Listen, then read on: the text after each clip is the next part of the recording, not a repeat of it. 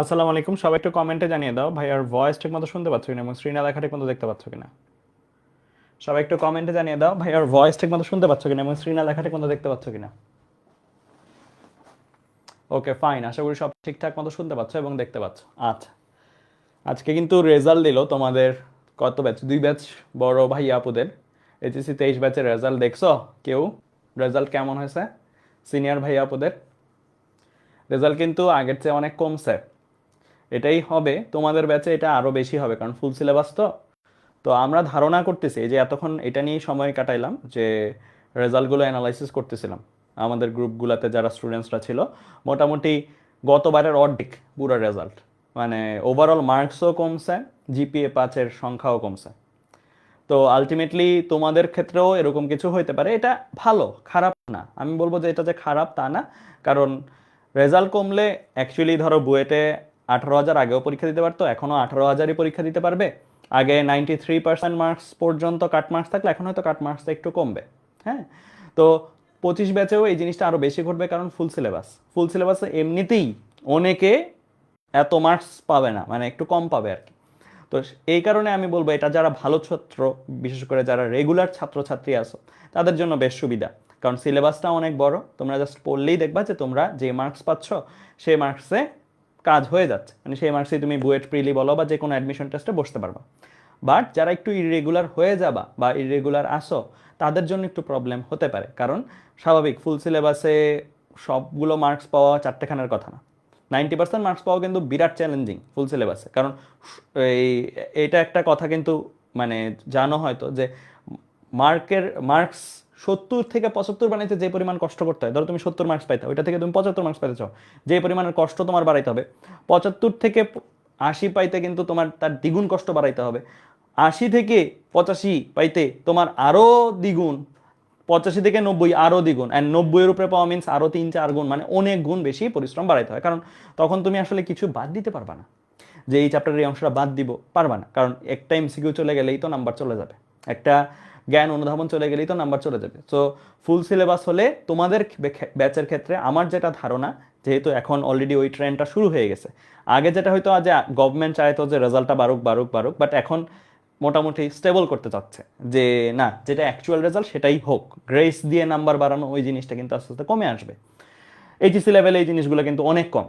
এসএসসিতে বা জেএসসিতে বা তোমরা আগে যে পাবলিক এক্সামগুলো দিচ্ছ সেগুলোর ক্ষেত্রে কিন্তু এরকম গ্রেস দিয়ে নাম্বার বাড়ানো বা একটা, হ্যাঁ ঠিক আছে একটু ভালো করুক।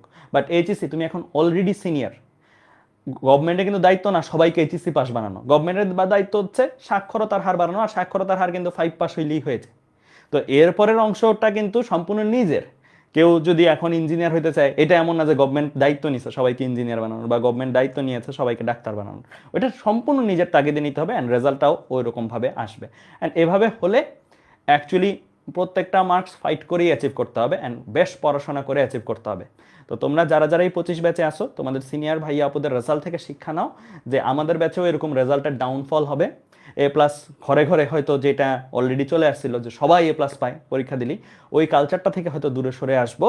ওই কালচার থেকে দূরে সরে আসলে কিন্তু, মানে আগে যেটা হয়তো যে আমিও A+, অমুকও A+, কিন্তু অমুক A+ চান্স পায় নাই, আমি A+ চান্স পাইছি, আগে পার্থক্য করা যেত না। কিন্তু এখন এইচএসসি রেজাল্ট থেকেই মোটামুটি পার্থক্য হয়ে যাবে কিন্তু, যে আচ্ছা আমি A+ পাই নাই বা আমার পিসিএম মানে ফিজিক্স কেমিস্ট্রি ম্যাথে মার্কস এত, আমি তার মানে ওই জায়গায় পরীক্ষা দিতে পারবো, মানে আগেই ফিল্টার আউটটা ভালোভাবে হয়ে যাবে। তো এই কারণে 25 ব্যাচ যারা আসো তোমরা এখন থেকেই মানে বাদ দিও না, অ্যাটলিস্ট মানে জমাই ফেলিও না পড়া। পড়া জমাই ফেললেই বিপদ, তুমি কাভার করতে অনেক কষ্ট হবে, ফুল সিলেবাসে কাভার করাটা প্রায় ইম্পসিবল। যেটা এখন বাদ দিচ্ছ ওইটা মোস্ট লাইকলি সারা জীবনের জন্য বাদ হয়ে যাইতে পারে, পরে রিকভার করার টাইমগুলো খুবই কম পাবা।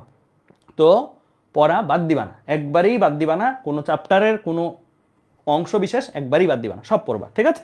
তা চলো আমরা শুরু করি এখন তাপগতিবিদ্যা অধ্যায়ের। আমরা আজকে 10 নাম্বার ক্লাসটা করতেছি, রাইট?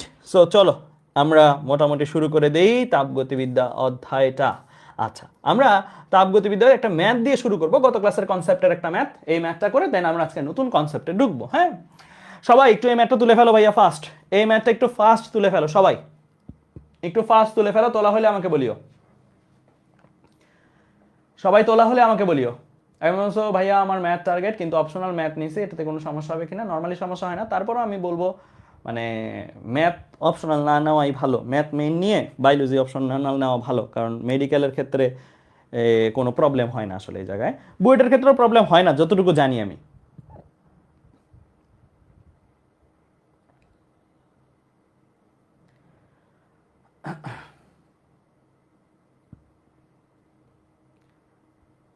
একজন বলছো যে ভাইয়া কলেজে সিলেবাস অন্যভাবে আগাচ্ছে, আমি কিভাবে আগাবো বুঝতেছি না, দুইটা আলাদা আলাদা পড়া শেষ করবো কিভাবে?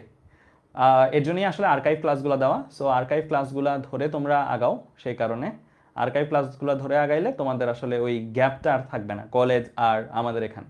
তবে আমার পার্সোনাল পরামর্শ হচ্ছে দুইটাই করো। হ্যাঁ, একটু ওভার টাইম খাটতে হবে। তোমার বন্ধুরা হয়তো 6 ঘন্টা পড়াশোনা করলে তোমার হয়তো 8 ঘন্টা পড়াশোনা করতে হবে দৈনিক, 9 ঘন্টা পড়াশোনা করতে হবে দৈনিক।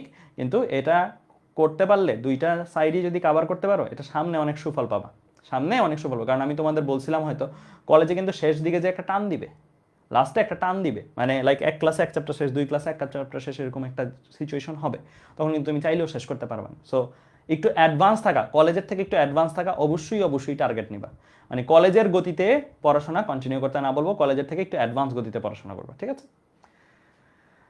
এখন বলছো যে ভাই ডেলি 7 ঘন্টা পড়াশোনা করি কিন্তু ঘুরে ফিরে ফিজিক্স কেমিস্ট্রি আর ম্যাথ ছাড়া কিছুই পড়া হয় না, কি করবো? আমি বলবো এটাই right track.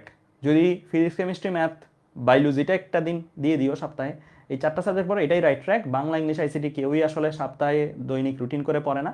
Bangla English ICT আসলে শেষের দিক দিয়েই একটা ছোট্ট মিনি টাইপের কোর্স করে ফেলে, ক্র্যাশ কোর্স টাইপের কোর্স করে ফেলে, ঠিক আছে? বাংলা ইংলিশ আইসিটি আসলে সায়েন্সের স্টুডেন্ট হিসেবে এত করার সময় নেই।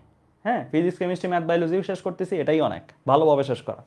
ওকে, ঠিক আছে। আচ্ছা, এবার চলো সামনের দিকে আগাই। কি বলছে? এক মোল একটি আদর্শ গ্যাসকে রুদ্ধতাপ প্রক্রিয়ায়, কি প্রক্রিয়া ভাইয়া? রুদ্ধতাপ। কত মোল গ্যাস?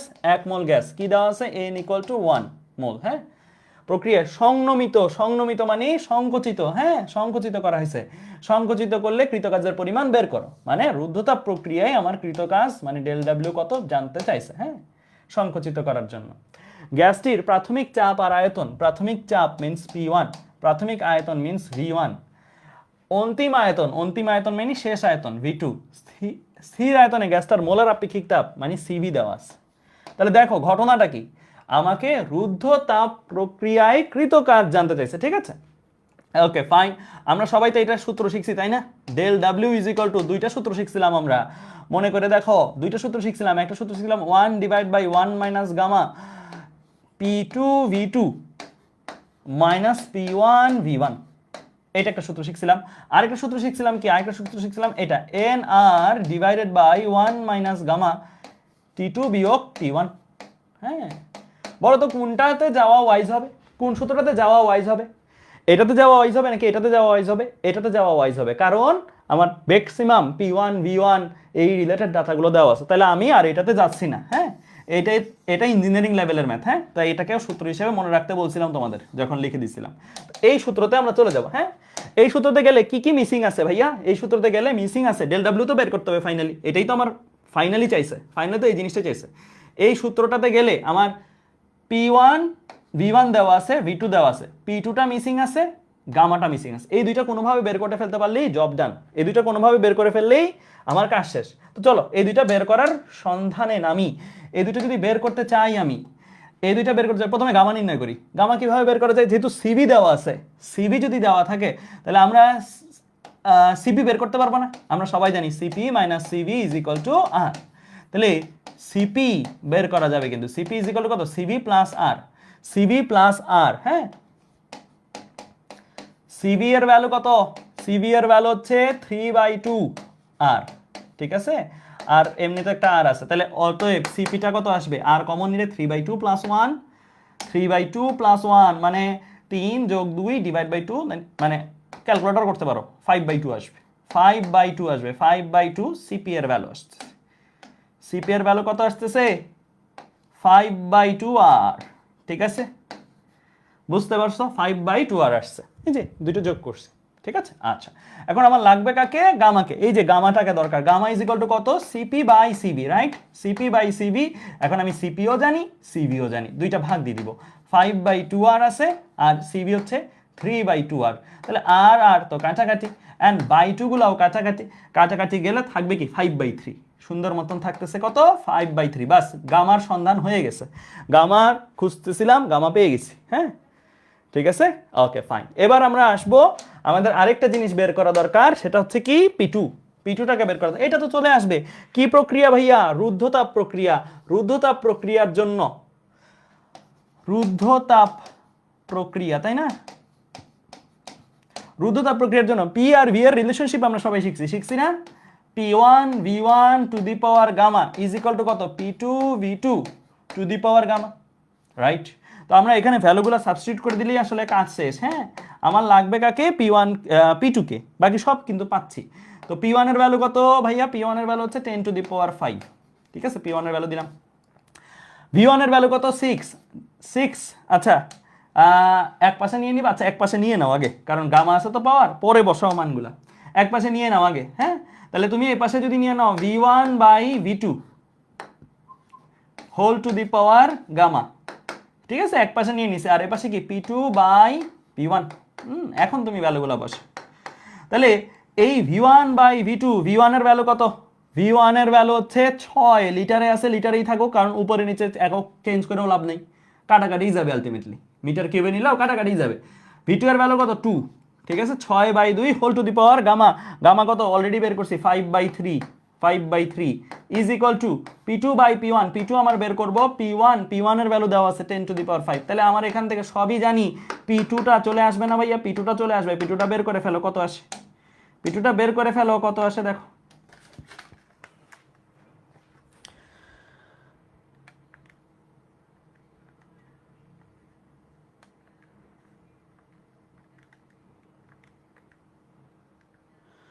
কত আসছে?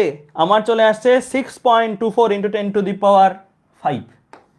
6.24 ইন্টু 10 টু দি পাওয়ার 5। এত, যেহেতু এটা নিউটন পার মিটার স্কোয়ার ছিল, এটাও নিউটন পার মিটার স্কোয়ারে চলে আসবে, মানে প্যাসকেল একক আর কি। হ্যাঁ, P1 এর একক যা, P2 এর একক তা, এখানে তো লিটার লিটার কাটাকাটি। ঠিক আছে, ওকে। তাহলে এখন তোমার এই জায়গায় চলে আসো, তাহলে এই কাজ শেষ। তাহলে রুদ্ধতাপ প্রক্রিয়ার কৃতকাজ জানতে দিয়েছে, রুদ্ধতাপ প্রক্রিয়ার কৃতকাজটা কিন্তু তুমি বের করে ফেলতে পারবা এখান থেকে, তাই না?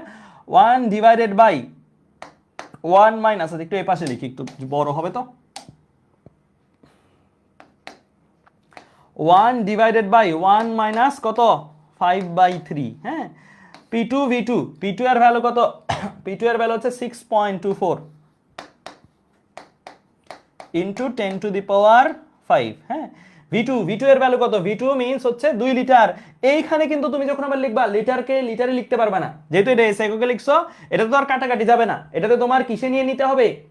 মিটার কিউবে নিয়ে নিতে হবে। 2 লিটার মিন্স কি? 2 into 10 to the power -3 metre cube, right? 2 litre মানে কি? 2 ইন্টু 10 টু দি পাওয়ার -3। ঠিক আছে, ক্লিয়ার? এই জিনিসটা আমি লিখতে হবে, ক্লিয়ার? বুঝতে পারছো? বোঝা গেছে? ওকে, লাগলে 0.002ও লিখতে পারো, 0.002ও লিখতে পারো, কোনো সমস্যা নাই। 0.002, এটা মনে হয় লেখাটা বেশি মানে কনভিনিয়েন্ট হবে। 0.002 মিটার কিউব। ওকে, তাহলে এটার সাথে গুণ আছে V2টাকে আমি দিয়ে দিলাম 0.002 গেল। এবার বিয়োগ যে P1 এর ভ্যালু কত? 10 টু দি পাওয়ার 5। এটার সাথে গুণ আকারে কে আছে? এটার সাথে গুণ আকারে আছে হচ্ছে V1 গুণ আকারে আছে। V1 means 6 litre, 6 litre means 0.006 metre cube. ঠিক আছে, তাহলে 0.006 দিয়ে দিলে তোমার এখন এখান থেকে ডেল ডাব্লিউটা চলে আসবে আরামসে। কত আসে দেখো।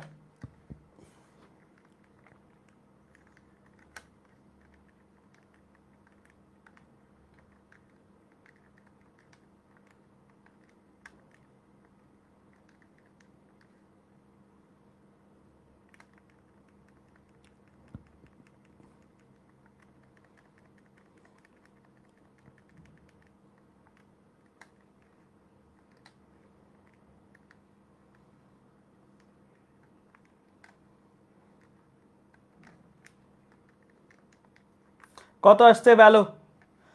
ভ্যালু কত আসছে? -972 -972 -972 জুল এরকম আসবে, কারণ সব এসে এককে বসিয়েছো তো তোমার এটাই আসবে সরাসরি। ঠিক আছে, মাইনাস 972 জুল আসছে। ঠিক আছে, ক্লিয়ার? যখন ভ্যালুগুলো বসাবা ক্যালকুলেটর ব্র্যাকেট ইউজ করিও, মানে আমরা ক্যালকুলেটর বসানোর সময় এখানেও ব্র্যাকেট ইউজ করে দিও, যে এই জায়গায় একটা ব্র্যাকেট ইউজ করে, যে একটা ব্র্যাকেট, নাইলে দেখা যাবে যে মিশাই ফেলছে, মানে যোগ বিয়োগে ওই বদমাস ওই নিয়মে করতে যে ক্যালকুলেটর দেখবা যে মিশাই ফেলছে, ভ্যালুটা উল্টাপাল্টা দিতে পারে। ঠিক আছে, ওকে, আমি তাই করলাম। ওকে, তাহলে এটা ডান। এই টাইপের ম্যাথগুলো আমরা পারবো। হ্যাঁ, এই টাইপের ম্যাথগুলো আমরা পারবো, জাস্ট কিছুই না, ফর্মুলা বসাইছি কৃতকাজের, ওখানে দেখলাম গামা আর পি টু মিসিং ছিল, গামা আর পি টুটাকে বের করে নিছি, ওই যে গামা নির্ণয় পি টু নির্ণয়, এরপরে এগুলো এনে ভ্যালু বসাই দিছি, তাহলে আমার জব শেষ। ঠিক আছে, আচ্ছা, এটা তোমাদের হোমওয়ার্ক থাকবে, এটা সেম টাইপের কনসেপ্ট নিয়ে ম্যাথ, এটা তোমরা নিজেরা ট্রাই করবা বাসায়, সেম কনসেপ্টের ম্যাথ নিজেরা ট্রাই করবা। এখানে অপরিবাহী তাপ অপরিবাহীর মধ্যে কি প্রক্রিয়া ঘটে? রুদ্ধতাপ। তাপ সুপরিবাহীর মধ্যে কি প্রক্রিয়া ঘটে? সমষ্ণ। ঠিক আছে, এটাই হচ্ছে ব্যাপার। সুপরিবাহীর মধ্যে সমষ্ণ প্রক্রিয়া, আর অপরিবাহীর মধ্যে কি প্রক্রিয়া? রুদ্ধতাপীয়, কারণ অপরিবাহীতে কোনো তাপ আদান প্রদান করতে পারে না। ঠিক আছে, যেতে পারে না। আচ্ছা, নাসিম বলছো 1 লিটার সমান সমান মিটার কিউবে কিভাবে নিছেন? এটা একটা কনসেপ্ট আমি আগেই দেখাইছিলাম, মনে হয় তোমাদের আগে একটা জায়গায় করে দিছিলাম। 1 লিটার সমান সমান কত মিটার কিউব লিখে রাখো। 1 লিটার, 1 লিটার একবারে এটা লিখো, তাহলে তোমাদের একদম সব ক্লিয়ার হয়ে যাবে। 1 লিটার সমান সমান 10⁻³ মিটার কিউব। এটা সূত্রের মতন আর কি। 2 লিটার মানে কি 2 × 10⁻³ মিটার কিউব। 6 লিটার মানে কি 6 × 10⁻³ মিটার কিউব। ঠিক আছে, 10⁻³ মানে 1/1000 আর কি। 10⁻³ মানে কি 1/1000 মিটার কিউব। 1 লিটার সমান সমান 1/1000 মিটার কিউবের সমান। ক্লিয়ার? এটাও লিখে রাখিও, এটা লাগবে সামনে কোনো জায়গায়। সিসি, সিসি মিন সেন্টিমিটার কিউব। 1 সেন্টিমিটার কিউব কত মিটার কিউবের সমান? 10⁻⁶ মিটার কিউবের সমান। আর 1 সিসি যে কথা, 1 মিলিলিটার একই কথা। 1 সিসি যে কথা, 1 মিলিলিটারও একই কথা। ঠিক আছে, ক্লিয়ার? বুঝতে পারছো? এগুলো লিখে রাখিও, এগুলা কাজে লাগে। ওকে, তাহলে হোমওয়ার্কটা তুলছো, স্ক্রিনশট নিছো? স্ক্রিনশট নেওয়া হয়েছে? আচ্ছা, স্ক্রিনশট নেওয়া হলে চলো সামনের দিকে আগায় যাই। এবার একটা কনসেপ্টের ম্যাথ করব। এটা ভালো একটা ম্যাথ, এটা বইটা আসার মতন, অ্যাডমিশনে আসার মতন একটা ম্যাথ। সবাই একটু তুলে ফেলো, চিত্র সহ তুলবা, তোলা হলে আমাকে জানাবা, তোলা হলে ভাইয়াকে জানাবা, তোলা হলে ভাইয়াকে জানাবা।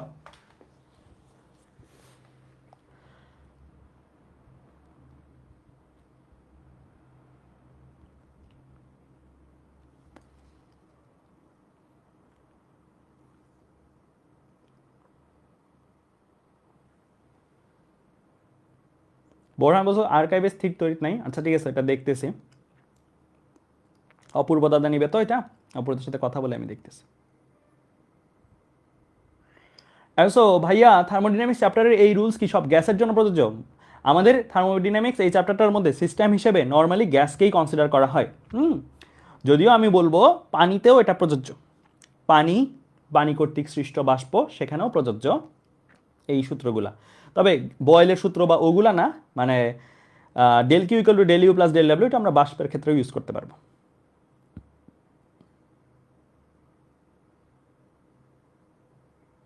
ভেক্টর এক্সাম কবে হবে? আচ্ছা, এটা আমি দাদার সাথে কথা বলে একটা টাইম অ্যানাউন্স করে জানাচ্ছি।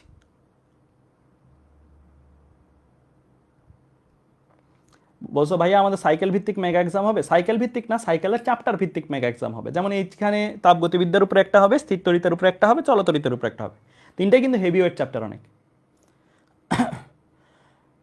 ভাইয়া 10 চ্যাপ্টারের আর্কাইভ প্র্যাকটিস শিট এখনো আপলোড দেওয়া হয়নি। হ্যাঁ, এটা আমি কথা বলছিলাম সেদিন তোমাদের সাথে ক্লাস করে, যেই ওইটার প্রুফ রিডের কাজ চলতেছে ভাইয়া, ওটা প্রুফ রিডের কাজ চলতেছে। প্রুফ রিড শেষ হলে এটা তোমরা পাবা। আমি আপডেট নিছি কাজের, আর কয়টা দিন সময় লাগবে, এটা প্রুফ রিডটা হইলে তোমরা পাবা। নতুন ভার্সনের দেওয়া হচ্ছে তো তোমাদের প্র্যাকটিস শিট, আপডেটেডটা, তো ওইটা প্রুফ রিডটা একটু কাজ চলতেছে। আচ্ছা ভাই, ইএস বেটার আর ইএক্স? আমি বলবো ইএক্স পাইলে তো ইএক্স অবশ্যই বেটার। ওকে, ঠিক আছে, লিখছো, প্রশ্ন তোলা হয়েছে। আচ্ছা, এই প্রশ্নটা মজার। কেন মজার? কারণ আমরা এর আগে অনেক রকমের গ্রাফের প্রবলেম করছি, বাট এই প্রশ্নটা একটু ভিন্ন এবং মজার। কারণ কি, এই প্রশ্নটার মধ্যে গ্রাফটা হচ্ছে কি গ্রাফ? পি বনাম টি গ্রাফ। পি বনাম টি গ্রাফ এর আগে আমরা কখনো করিনি, আমরা সবসময় পি বনাম ভি গ্রাফ করছি। বাট এটা কি খুব আলাদা বেশি কিছু? না, দেখবা যে এটাও একদম কাছাকাছি, একই রকম ভাবেই করে ফেলা যায়। একটু এদিকে তাকাও, পি বনাম টি গ্রাফ। এখানে প্রসেস আছে কি এ বি একটা, বিসি একটা, সিডি একটা, ডি একটা, মানে এ বি সি ডি এ একটা সাইক্লিক প্রসেস চলতেছে। প্রশ্নে বলা আছে এবিসিডি এ আবদ্ধ পথ বরাবর মোট কাজের পরিমাণ বের করতে বলছে, মানে এই সম্পূর্ণ প্রসেসটা জুড়ে মোট কাজের পরিমাণ কত আমার কাছে জানতে চাইছে। ঠিক আছে, মোট কাজের পরিমাণ আমার কাছে জানতে চাইছে। আচ্ছা, তোমাদের কাছে আমার প্রশ্ন, বলো তো এখানে কি কি প্রক্রিয়া আছে? সমচাপ প্রক্রিয়া আছে দুইটা, সমষ্ণ প্রক্রিয়া আছে দুইটা। তোমাদের বলতে হবে কোন দুইটা সমচাপ, কোন দুইটা সমষ্ণ। বলো কোন দুইটা সমচাপ প্রক্রিয়া এখানে এই গ্রাফের মধ্যে, কোন দুইটা সমচাপ প্রক্রিয়া, কোন দুইটা সমষ্ণ প্রক্রিয়া? বলো। সমচাপ মানে কি চাপ সমান, ওই প্রসেস জুড়ে চাপের চেঞ্জ হচ্ছে না। কোন দুইটা প্রসেস সমচাপ প্রক্রিয়া? দেখো এই যে এ থেকে বি পর্যন্ত এ বি,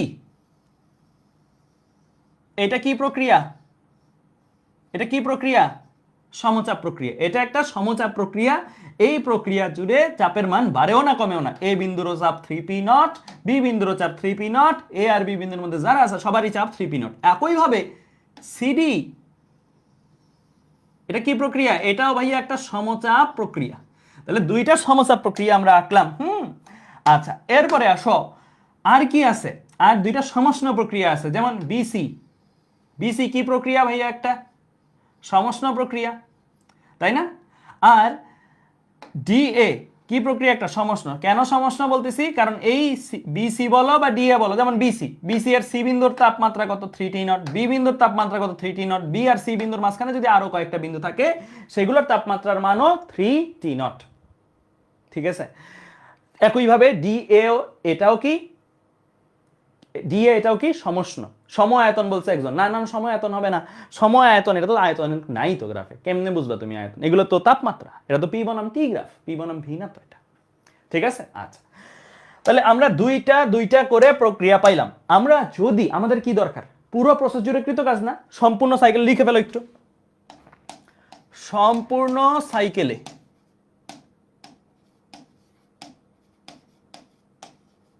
সম্পূর্ণ সাইকেলের জন্য কি আমরা এটা লিখতে পারি? Del Q is equal to del U plus del W লিখা যায়। এটা যে কোনো একটা প্রক্রিয়ার জন্য লেখা যায়, সম্পূর্ণ সাইকেলের জন্য এই সূত্রটা লেখা যায়।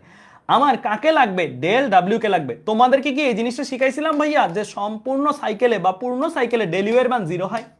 সম্পূর্ণ সাইকেল জুড়ে অভ্যন্তরীণ শক্তির পরিবর্তন কত হয়? 0 হয়। শিখাইছিলাম গত ক্লাসেই একটা কনসেপ্ট, তাই না? তাহলে আমরা বলতে পারি না যাহাই ডেল কিউ তাহাই কি del W, del Q is equal to del W, তাই না? তার মানে আমি যদি কোনোভাবে সম্পূর্ণ প্রসেসের জন্য ডেল কিউ বের করতে পারি তাইলে কিন্তু আমার কাজ শেষ, কারণ আমার লাগতো কি ম্যাথে? Del W. সম্পূর্ণ প্রসেসের জন্য ডেল ডাব্লিউ যে কথা, সম্পূর্ণ প্রসেসের জন্য ডেল কিউ একই কথা। তো আমরা ডেল কিউ বের করলেই আমার আসলে কাজ হয়ে যাবে, মানে ডেল ডাব্লিউ বের করার যে উদ্দেশ্যটা সেটা বাস্তবায়ন হয়ে যাবে। ঠিক আছে, আচ্ছা ডেল কিউ কেমনে বের করব? সম্পূর্ণ সাইকেলের জন্য ডেল কিউ কেমনে বের করব? মানে এটা, এই যে এটা কি সম্পূর্ণ সাইকেলের জন্য না, এই ডেল কিউটা আসলে কার সমান বলো তো? এই ডেল কিউটা আসলে এই পুরো প্রসেসের যতগুলো ডেল কিউ আছে সেগুলোর যোগফলের সমান, তাই না? এটা কি del Q A B C D A. Del Q A B C D A কে কি এভাবে লেখা যায়? ডেল কিউ এ বি যোগ del Q, del Q A B যোগ ডেল কিউ বিসি যোগ ডেল কিউ সিডি যোগ ডেল কিউ ডিএ লেখা যায়। কারণ সম্পূর্ণ সাইকেলে, মানে এই সম্পূর্ণ সাইকেলে আছে স্টেপ কয়টা? 4টা। 1 2 3 4। এই 4টা স্টেপের আলাদা আলাদা ভাবে তুমি যদি তাপের পরিবর্তনের মান বের করতে পারো এবং ওই তাপের পরিবর্তনগুলোকে নিয়ে যদি যোগ করো, তাইলেই তো তুমি মোট সাইকেলে মোট তাপের পরিবর্তন কত জেনে যাবা। এমন সরাসরি যোগ করার অধিকারটা আপনি পাইলেন কই? আমি পাইলাম স্কেলার রাশি থেকে। স্কেলার রাশির লব্ধি কি হয়? তাদের সরাসরি যোগফল, তাই না? তো আমি সম্পূর্ণ সাইকেলের জন্য যে তাপের পরিবর্তন সেটা পাবো কিভাবে? যদি আমি আলাদা আলাদা প্রসেসগুলোর জন্য, আলাদা আলাদা স্টেপগুলোর জন্য তাপের পরিবর্তন জানি। আমার এখন উদ্দেশ্য হলো এই আলাদা আলাদাভাবে তাপের পরিবর্তন বের করা। এই তাপের পরিবর্তন বের করতে যে আমি একটা জিনিস বুঝলাম, সেটা হচ্ছে এখানে এবি, বিসি, এবি আর সিডি এই দুইজনকে একটু আলাদা করে লিখি। এই ডেল কিউ এবি আর সিডি এগুলোকে একটু আলাদা করে লিখি। হ্যাঁ,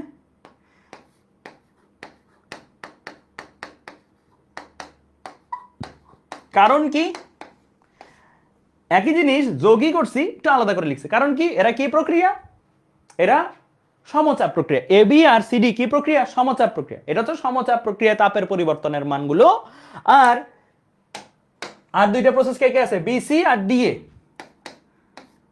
ডেল কিউ বিসি আর ডেল কিউ ডিএ, এদেরকে আবার আলাদা করে লিখলাম কারণ এরা কি প্রক্রিয়া, এরা হচ্ছে সমষ্ণ প্রক্রিয়া।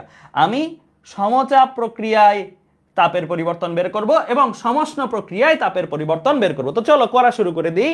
আমরা প্রথমে শুরু করি কাকে দ্বারা, প্রথমে শুরু করি হচ্ছে সমচাপ প্রক্রিয়ার তাপের পরিবর্তনগুলা বের করি। সমচাপ প্রক্রিয়া লিখি, সমচাপ প্রক্রিয়া। সমচাপ প্রক্রিয়ার ক্ষেত্রে সবাইকে এই সূত্রটা শিখছি না, ডেল কিউপি সমচাপ প্রক্রিয়া তাপের পরিবর্তন ইজ ইকুয়াল টু কি এন সিপি ডেল টি, পড়ছিলাম মনে করে দেখো, পড়ছিলাম সমচাপ প্রক্রিয়ায় তাপের পরিমাণ কত বা কত তাপের দরকার, প্রয়োজনীয় তাপ কত, সেটা কি ডেল কিউপি দিয়ে পড়ছি। এই সূত্রটা অ্যাপ্লাই করলেই তো হয়ে যায়। তাহলে এই সূত্রটা যদি আমি অ্যাপ্লাই করি এবি এর জন্য তাহলে আমি ডেল কিউ এবি পেয়ে যাবো, এই সূত্রটা যদি আমি অ্যাপ্লাই করি সিডি এর জন্য তাহলে আমি ডেল কিউ সিডি পেয়ে যাবো। তাই করবো, এখন এই সূত্রটা অ্যাপ্লাই করব। প্রথমে অ্যাপ্লাই করি কি ডেল কিউ এবি এর জন্য, আসো ডেল কিউ এবি এর জন্য করি। Del Q AB is equal to এই পুরো প্রক্রিয়া জুড়ে যেই গ্যাসটা ইউজ করা হয়েছে সেই গ্যাসের মোল পরিমাণ কত ধরতে বলছে স্যাররা, এন ধরতে বলছে, তাহলে এন ধরে নিলাম। সিপি আর ভ্যালু কত আমি জানি না, ধরে নিলাম সিপি, ধরে নিলাম সিপি, সিপি আর কি রেখে দিলাম, হ্যাঁ পরে কাটাকাটি যাবে বা কিছু একটা হবে। ডেলটি, ডেলটি মানে কি তাপমাত্রার পরিবর্তন। কোন প্রসেসের জন্য করতেছে ভাইয়া, এবি, বলো তো এবি প্রক্রিয়ার জন্য তাপমাত্রার পরিবর্তন কত, এই যে এই এবি প্রসেসটা যেটা আছে এই এবি প্রসেসের জন্য তাপমাত্রার পরিবর্তন কত বলো, এই প্রক্রিয়ায় তাপমাত্রার পরিবর্তন কত হয়েছে বলো। আগে তাপমাত্রা কত ছিল, আগে ছিলাম এ বিন্দুতে, আগে তাপমাত্রা কত ছিল, এ বিন্দুর তাপমাত্রা, দ্যাট মিন্স আগে তাপমাত্রা ছিল টি নট। পরে গেছি কোথায়, বি বিন্দুতে, বি বিন্দুতে তাপমাত্রা কত হয়েছে 3 টি নট। পরিবর্তন কেমনে বের করে, শেষ বিয়োগ আদি না, শেষ তাপমাত্রা বিয়োগ আদি তাপমাত্রা, এভাবেই তো বের করবো। তাহলে চলো লিখে ফেলি, লিখে ফেললেই তো হয়। শেষ তাপমাত্রা এ বি প্রসেসের শেষ বিন্দুকে বি বিন্দু, বি বিন্দুর তাপমাত্রা কত 3 টি নট। আদি তাপমাত্রা এ বি প্রসেসের আদি বিন্দুকে এ বিন্দুর তাপমাত্রা কত টি নট, তাই 3 টি নট বিয়োগ T not. Clear. Del Q AB আমরা পেয়ে গেলাম, কি পেয়ে গেলাম, এন সিপি 2 টি নট, হ্যাঁ N CP 2 T not, right. 2 T নটের 2টারে আমি সামনে লিখতেছি, একটু সুন্দর করে লিখি, এটা কি লিখবো, সুন্দর করে লিখবো, হ্যাঁ 2 N CP T not. Clear. 2 টি নটই আসছে, 2টাকে সামনে লিখছি, ছকটাকে সামনে গুণ আকারে লিখছি, ঠিক আছে। আচ্ছা গেল, একই কাজটা এবার আমরা চলো অ্যাপ্লাই করি কার জন্য, আরেকটা সমচাপকে, আরেকটা সমচাপ প্রক্রিয়া হচ্ছে আমার সিডি, এই সিডি প্রক্রিয়ার জন্য কাজ করি। চলো সিডি প্রসেস, এই সিডি প্রসেসের জন্য লিখতেছি ডেল কিউ সিডি, এটাও সমচাপ, তাই এটার জন্য এন সিপি এগুলো লিখলাম, কারণ এটাও এন মোল গ্যাসের জন্য করা হয়েছে, গ্যাসের যে স্থির চাপে মোলার অপেক্ষিত ওটাকে ধরে নিছি সিপি। এই প্রক্রিয়ায় তাপমাত্রার পরিবর্তন কত বলো, এই সিডি প্রক্রিয়ার জন্য শেষ কোনটা, সিডি প্রক্রিয়ার জন্য শেষ বিন্দু কোনটা, ডি, ডি বিন্দুর তাপমাত্রা কত টি নট, হ্যাঁ সিডি প্রক্রিয়ার জন্য, সি থেকে ডিতে আসছি, সিডি প্রক্রিয়ার জন্য আদি বিন্দু কোনটা, আদি বিন্দু হচ্ছে সি, সি বিন্দুর তাপমাত্রা কত 3 টি নট। তাহলে শেষ তাপমাত্রা বিয়োগ আদি তাপমাত্রা, এভাবেই তো করতে হয় তাই না। তাহলে শেষ তাপমাত্রার ভ্যালু বিয়োগ আদি তাপমাত্রার value, T not minus 3 T not, তাহলে এটা কি আসবে মাইনাস 100 আসবে, এটা সাবধান। তাইলে হ্যাঁ শেষ বিয়োগ আদি তাপমাত্রা কেমনে বের করতে হয়, তাপমাত্রা পরিবর্তন সবসময় শেষ বিয়োগ আদি, ঠিক আছে। তাহলে এটা কত আসতেছে মাইনাস 2 টি নট হবে, তো তাহলে minus 2 N CP T not. Clear. তাহলে আমি ডেল কিউ এবি পেয়ে গেছি, ডেল কিউ সিডি পেয়ে গেছি, আমার এখন বাকি রইলো ডেল কিউ বিসি আর ডেল কিউ ডিএ বের করা, হ্যাঁ ডেল কিউ বিসি আর ডেল কিউ ডিএ বের করা। এই দুইটা কি প্রক্রিয়া, এই দুইটা সমষ্ণ প্রক্রিয়া। সমষ্ণ প্রক্রিয়ার জন্য ভাইয়া আমরা সূত্র শিখছি অলরেডি, সূত্র কিন্তু অলরেডি শিখা আছে সমষ্ণ প্রক্রিয়ার জন্য। কিসের সূত্র শিখা আছে, সমষ্ণ প্রক্রিয়ার জন্য ডেল ডাব্লিউ এর সূত্র শিখা আছে, কিন্তু সমষ্ণ প্রক্রিয়ার কৃতকাজ গতকাল ক্লাসে না পড়াইলাম। সমষ্ণ প্রক্রিয়ার কৃতকাজের সূত্র মনে করে দেখো কি ছিল, N R T ln V two by V one. পড়ছি কিনা, পড়ছি, গত ক্লাসের সূত্র এটা। আচ্ছা তুমি বলতে পারো ভাইয়া আমরা তো বের করছিলাম তাপ, আপনি কাজে চলে গেলেন। একটু চিন্তা করে দেখো, সমষ্ণ প্রক্রিয়াতে del Q is equal to del W, এরকম একটা কথা লিখছিলাম আমরা ওই যে তাপগতিবিদ্যার প্রথম সূত্রের ক্লাসটা, তাপগতিবিদ্যার প্রথম সূত্রের ক্লাসটা, ওই সময় আমি বলছিলাম 4টি তাপগতীয় প্রক্রিয়ায় তাপগতিবিদ্যার প্রথম সূত্রের রূপ সমচাপের জন্য লিখছিলাম, সম আয়তনের জন্য লিখছিলাম, সমষ্ণের জন্য লিখছিলাম, রুদ্ধতাপের জন্য লিখছিলাম। তখন লাইনটা খেয়াল করো, আগের পাতা উল্টাও, পাতা উল্টাইলে দেখতে পাবা সমষ্ণ প্রক্রিয়া সুন্দর মতন লেখা আছে তাপগতিবিদ্যার প্রথম সূত্র রূপটি হলো del Q is equal to del W. কারণ কি সমষ্ণ প্রক্রিয়াতে ডেল ইউ থাকে না, ডেল ইউ জিরো। তো সমষ্ণ প্রক্রিয়াতে del Q is equal to del U plus del W, এই ডেল ইউ যেহেতু জিরো তাই যাহাই ডেল কিউ তাহাই ডেল ডাব্লিউ। তার মানে এই যে আমরা সমষ্ণ প্রক্রিয়ার জন্য ডেল ডাব্লিউ এর যেটা সূত্র শিখছি ওইটা আর কেউ না, বরং ওইটা কার সূত্র? ওইটা ডেল কিউ এর সূত্রও বলা যায়। মানে এই সূত্রটা ডেল ডাব্লিউ এর সূত্র, এটা ডেল কিউ এর সূত্র। কারণ সমষ্ণ প্রক্রিয়ায় যাহাই ডেল ডাব্লিউ তাহাই ডেল কিউ, তাপগতিবিদ্যার প্রথম সূত্র, তাই না? তাহলে আমরা এই সূত্রটাকে ডেল ডাব্লিউ এর সূত্র বলতে পারি, যেমন ডেল কিউ এর সূত্র বলতে পারি। তো আমি এটাকে বলতে পারি না এটা ডেল কিউ এর সূত্র, সমষ্ণ প্রক্রিয়ায় ডেল কিউ এর সূত্র কি এটা? কারণ সমষ্ণ প্রক্রিয়ায় যাহাই ডেল ডাব্লিউ তাহাই ডেল কিউ। ক্লিয়ার? আচ্ছা, এরপরে এটা একটা সাইড নোট গেল, এটা একটা সাইড নোট দিয়ে রাখবা। হ্যাঁ, এই অধিকারে তুমি লিখে দিছো ডেল ডাব্লিউ কে ডেল কিউ। আরেকটা জিনিস বলতে পারো, ভাই আমাদের এই চ্যাপ্টারে তো এই ম্যাথে তো আয়তন নিয়ে কোনো কথাবার্তা নাই, কিন্তু এখানে তো সমষ্ণ প্রক্রিয়ার সূত্রে শেষ আয়তন আদি আয়তনের ব্যাপার সেপার আছে, এইটা কি করব? এইটা কি করব? এখানেও একটা কথা আছে। মনে করে দেখো, গত ক্লাসে পড়ছিলাম একটা জিনিস, গত ক্লাসে আমি তোমাদের লিখে দিছিলাম এই রকম একটা কথা, বয়েলের সূত্র কোন প্রক্রিয়ার জন্য হয়? বয়েলের সূত্র কোন প্রক্রিয়ার জন্য হয়? সমষ্ণ প্রক্রিয়া। সমষ্ণ প্রক্রিয়ায় P1 V1 is equal two P2 V2 হয় না? এটা কোন প্রক্রিয়ার জন্য? সমষ্ণ প্রক্রিয়ার জন্যই তো, তাই না? সমষ্ণ প্রক্রিয়ার জন্যই তো বয়েলের সূত্র সমষ্ণ প্রক্রিয়ার জন্য। আর সূত্রটা কি? P1 V1 is equal two P2 V2। এখান থেকে তুমি যদি একটা কাজ করো, কাজটা কি? V2 বাই V1 এক পাশে করো, আরেক পাশে তাহলে কে থাকবে তোমার? P1 বাই P2 থাকবে না? P1 বাই P2 থাকবে কিনা? থাকবে, থাকবে। তাহলে আমার সাইড নোটটা হচ্ছে এখান থেকে ধরে এই পর্যন্ত, বুঝতে পারছো? সাইড নোটটা হচ্ছে এখান থেকে ধরে এই পর্যন্ত। এই সাইড নোটের অধিকারে আমি কি করতে পারি? V2 by V1 K replace করে দিতে পারি কাকে দ্বারা? V2 বাই V1 যে কথা, P1 বাই P2 সেই একই কথা। আমার এই সূত্রে V2 বাই V1 আছে না? মুছে দাও। কি দিয়ে দিবা তার বদলে? তার বদলে কাকে নিয়ে আসবা? তার বদলে তুমি নিয়ে আসবা হচ্ছে P1 বাই P2 কে। কারণ যাহাই V2 বাই V1 তাহাই P1 বাই P2। কোন সূত্রে বা কোন শর্তে? সমষ্ণ শর্তে। আমি সমষ্ণের জন্যই কাজ করতেছি। তো দুইটা কাজ করছি কিন্তু এখানে, সূত্রটাকে দুইটা মডিফিকেশন করছি। ফার্স্ট অফ অল সূত্র ছিল ডেল ডাব্লিউ এর, বানাই দিছি ডেল কিউ এর, কারণ সমষ্ণ প্রক্রিয়ায় যাহাই ডেল কিউ তাহাই del W. Secondly V2 by V1 ছিল, বানাই দিছি V2 by V1 K P1 by P2। কারণ সমষ্ণ প্রক্রিয়া বয়েলের সূত্র খাটবে। বয়েলের সূত্র কি? P1 V1 is equal two P2 V2। ওখান থেকে V2 বাই V1 যে কথা, P1 বাই P2 একই কথা। তার মানে সূত্র দেখো চেঞ্জ করে দিলাম, মডিফাই করে দিলাম। ঠিক আছে? সমষ্ণ প্রক্রিয়ার জন্য তার মানে এই সূত্রটা লেখা যাবে।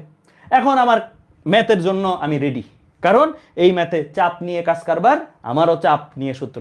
এই ম্যাথে ডেল কিউ নিয়ে কাজ কারবার, আমারও ডেল কিউ এর সূত্র। তো চলো শুরু করি আমরা। এখন আমরা যেটা করব, একে একে এক একটা সমষ্ণ প্রক্রিয়ার জন্য কাজ করব। তো প্রথমে আসি ডেল কিউ, কে আছে? ডেল কিউ বিসি, বিসির জন্য কাজ করি। ডেল কিউ বিসি, এই প্রসেসটার জন্য আদিকে বি, শেষকে সি, বি থেকে সিতে গেছি। এইটা সমষ্ণ প্রক্রিয়া। এইটার জন্য যদি আমি লিখি এই সূত্রটা, তাহলে এন তো এন এর মতন থাকবে, আর তো আর এর মতন থাকবে। দেখি তোমাদের কেউ বলতে পারে কিনা বিসি প্রক্রিয়া জুড়ে তাপমাত্রা কত? এই বিসি প্রসেস জুড়ে তাপমাত্রা কত ছিল বলো? বিসি প্রসেস জুড়ে তাপমাত্রা কত ছিল বলো? বিসি প্রসেস জুড়ে তাপমাত্রা কত? বি বিন্দুর তাপমাত্রা 3T নট, সি বিন্দুর তাপমাত্রা 3T নট, বিসি প্রসেসের প্রতিটি বিন্দুতে তাপমাত্রা হচ্ছে 3T নট। তাহলে এখানে কি তাপমাত্রা টি এর জায়গায় টি দিব নাকি 3T নট দিব? 3T নট দিব। ঠিক আছে, কি দিলাম? 3T নট দিলাম। এরপরে আসো লন। বিসি প্রসেসের P1 মানে কি? আদি চাপ। P2 মানে কি? শেষ চাপ। বিসি প্রসেসের আদি চাপ কে? বি বিন্দুর চাপ না সি বিন্দুর চাপ বলা? বিসি প্রসেসের আদি চাপ কে? বি বিন্দুর চাপ। আগে কই ছিলাম? আগে বি তে ছিলাম, পরে কই গেছি? সি তে গেছি। তাহলে বি বিন্দুর চাপ কত? দেখো বি বিন্দুর চাপ কত? 3P not. তাহলে আদি চাপ হচ্ছে 3P নট। P1 মানে কি? আদি চাপ। আদি চাপ আমার কার চাপ? বিসির জন্য বি বিন্দুর চাপ। ঠিক আছে, কারণ এটাই আদি বিন্দু। আদি বিন্দুর চাপ হচ্ছে বি বিন্দুর চাপ। থ্রি পি নট বসাই দিলাম। এবার আসো বিসির জন্য শেষ বিন্দুকে, বিসি প্রসেসের শেষ বিন্দুকে সি বিন্দু, এটা আমার শেষ অবস্থা। শেষ বিন্দুতে চাপ কত? শেষ বিন্দুতে চাপ কত? P not. তাহলে three P not by P not, three P not by P not লিখে দিলাম। তো এটা যদি লিখে দেই তাহলে এখানে আমরা এটা কি লিখে দিতে পারবো? এটা সমান সমান এন আর। আচ্ছা একটু বলে নেই, এটা কি থ্রি আছে না, three N R P naught, এই থ্রিটার সামনে নিছি, হ্যাঁ লন, এখানে দেখো পি নট কাটা থ্রি, ক্লিয়ার, লন থ্রি। ঠিক আছে, ক্লিয়ার, লেখা বুঝছো? জাস্ট আমি কিছুই করিনি, জাস্ট ভ্যালুগুলো দেখে দেখে বসাইছি। আচ্ছা এবার আসো আমাদের লাস্ট জিনিসটা, ডেল কিউ কাকে বের করব? ডিএ। ডিএ আর একটা সমচাপ প্রক্রিয়া, এইটার জন্য আমি অ্যাপ্লাই করব কোন সূত্রটা অ্যাপ্লাই করব ভাইয়া? এই সূত্রটা অ্যাপ্লাই করব। তো চলো অ্যাপ্লাই করা শুরু করি। লিখবো এন আর ডিএ। এই প্রক্রিয়া জুড়ে তাপমাত্রা কত ছিল ভাইয়া? সমান তাপমাত্রা বা সমষ্ণ তাপমাত্রাটা কত ছিল? টি নট, তাই না? টি নট তাপমাত্রা তার ছিল, তাই না? টি নট লিখে দিলাম। লন ডিএ, ডিএ প্রক্রিয়ার জন্য আদি বিন্দু কিন্তু ডি, তারপরে গেছি এতে, কারণ প্রসেসটার নাম হচ্ছে ডিএ, ডি থেকে এ। হ্যাঁ, তাহলে ডি বিন্দুর তাপমাত্রা, ডি বিন্দুর চাপটা হবে আদি চাপ, এ বিন্দুর চাপটা হবে শেষ চাপ। আমার সূত্র কি বলে? সূত্র বলে লনের পরে বসাও আদি চাপ বাই শেষ চাপ। তাহলে আদি চাপ কে আমার এখানে? ডি বিন্দুর চাপ। ডি বিন্দুর চাপ কত? P not. শেষ চাপ কে আমার এখানে? এ বিন্দুর চাপ। এ বিন্দুর চাপ কত? Three P not. Clear? Clear? তাহলে দেখো এখানে কিন্তু কাটাকাটি চলে যায়। কি কি কাটাকাটি চলে যায় ভাইয়া? পি নট কাটাকাটি চলে, তাহলে থাকে কি? 1/3 থাকে কি? 1/3 থাকতেছে। ঠিক আছে, 1/3 থাকতেছে। আমি একটু এটা ডুপ্লিকেট করলাম, 1/3 থাকতেছে। পি নট কাটাকাটি যেহেতু, লন 1/3। দেখি তো এইটা সবাই জানি কিনা। লন লন 1/3 কে কি আমরা লন 3⁻⁻1 লিখতে পারি? লিখতে পারি, লেখা যায়। 1/3 মানে কি? 3⁻⁻1 না। 1/x মানে কি? x⁻⁻1। তাহলে 1/3 মানে কি? 3⁻⁻1। আবার এই যে এই -1টা সামনে চলে যাবে না? সামনে চলে যাবে কিনা? এই -1টা সামনে চলে যাওয়া যায় না, মানে পাওয়ারটাকে সামনে নিয়ে যাওয়া যায়। তাহলে -ln3 লেখা যায়, -ln3 লেখা যায়। তার মানে ln 1/3 কে আমরা কি লিখতে পারবো? -ln3 লিখে দিতে পারবো, তাই না? লিখে দিতে পারবো।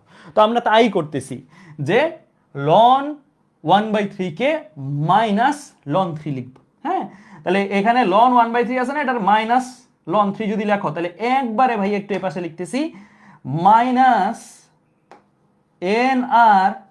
t0 ln3 থাকতেছে। দেখো তো লেখাটা বুঝছো কিনা? আমার এখানে ln 1/3 ছিল, এইটার বদলে আমি লিখে ফেলবো কি? -ln3। মাইনাস তো গুণ আকারে আছে, মাইনাস তো গুণ আকারে, -ln3 গুণ আকারে, তো এই মাইনাসটা গুণ আকারে যেহেতু সামনে চলে আসছে মাইনাসটা, তাহলে -nrt0 ln3। ঠিক আছে, তাহলে কিন্তু সবগুলা বের করা শেষ। সবগুলা যদি বের করা শেষ হয় তাহলে আমি এখন যেটা করব, এই সবগুলা এখানে বসাই দিব। আমি আলাদা আলাদাভাবে এখন সব কিছু জানি, সবগুলাকে এখানে চলো বসাই দিই, 1/1 বসাই দিই। হ্যাঁ, প্রথমে আসি del Q AB. Del Q AB কত? 2ncp t0। হ্যাঁ, তারপরে del Q CD. Del Q CD কত? ডেল কিউ সিডি কিন্তু মাইনাস, তাহলে প্লাসে মাইনাসে মাইনাস হয়ে যাবে। হ্যাঁ, তাহলে ডেল কিউ সিডি হচ্ছে -2ncp t0। ঠিক আছে, তারপরে del Q BC. Del Q BC কত? +3nr t0 ln3। ঠিক আছে, তারপরে del Q DA. Del Q DA কত? ডেল কিউ ডিএ হচ্ছে -nr t0 ln3। সবগুলাকে জাস্ট দেখে দেখে লিখছি। এখানে দেখো এই জিনিসটা আর এই জিনিসটা কিন্তু চলে যায়, প্লাস মাইনাস।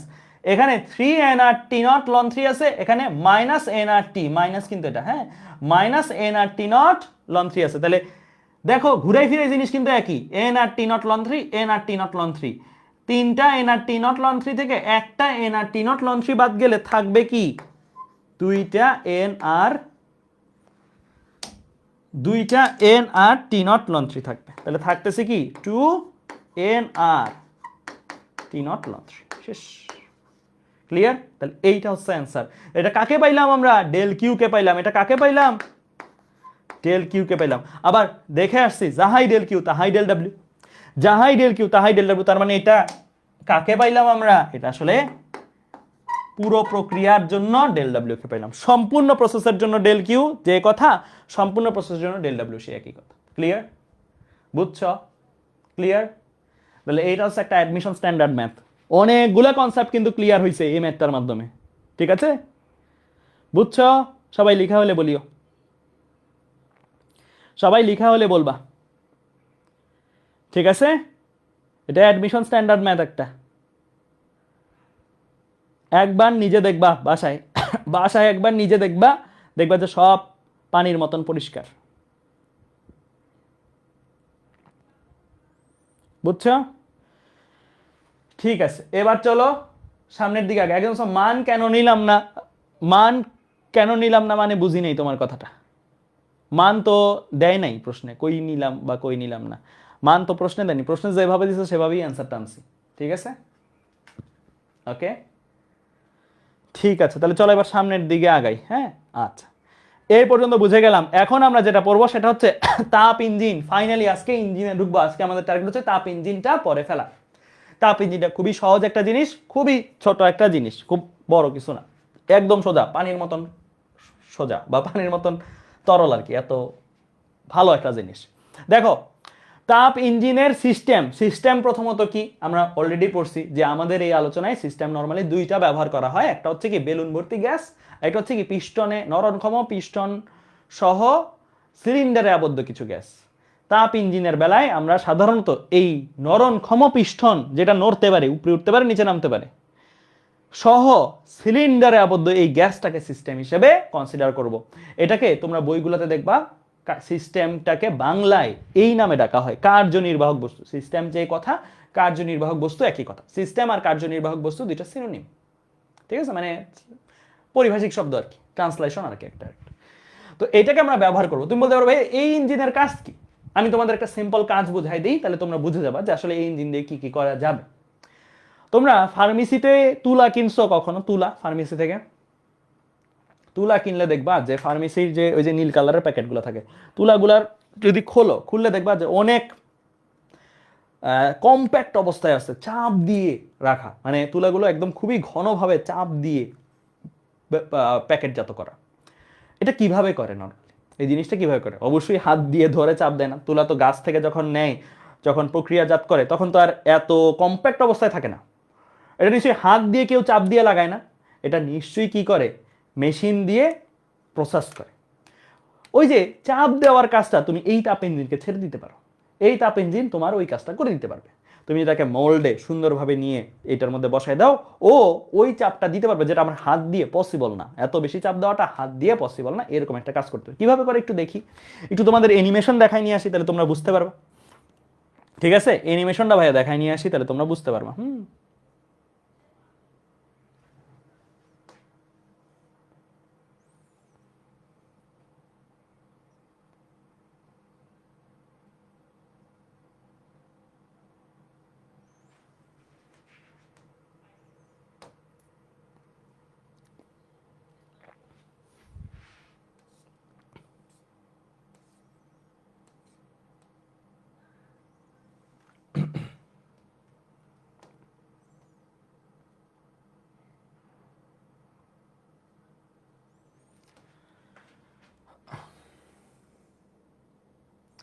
দেখো,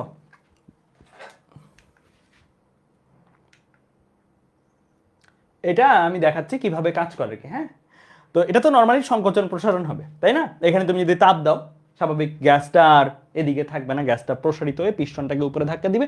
উপরে যদি যে কিছুকেই রাখো, সেটাকে সে হিউজ পরিমাণে প্রেসার দিতে কিন্তু ক্যাপেবল।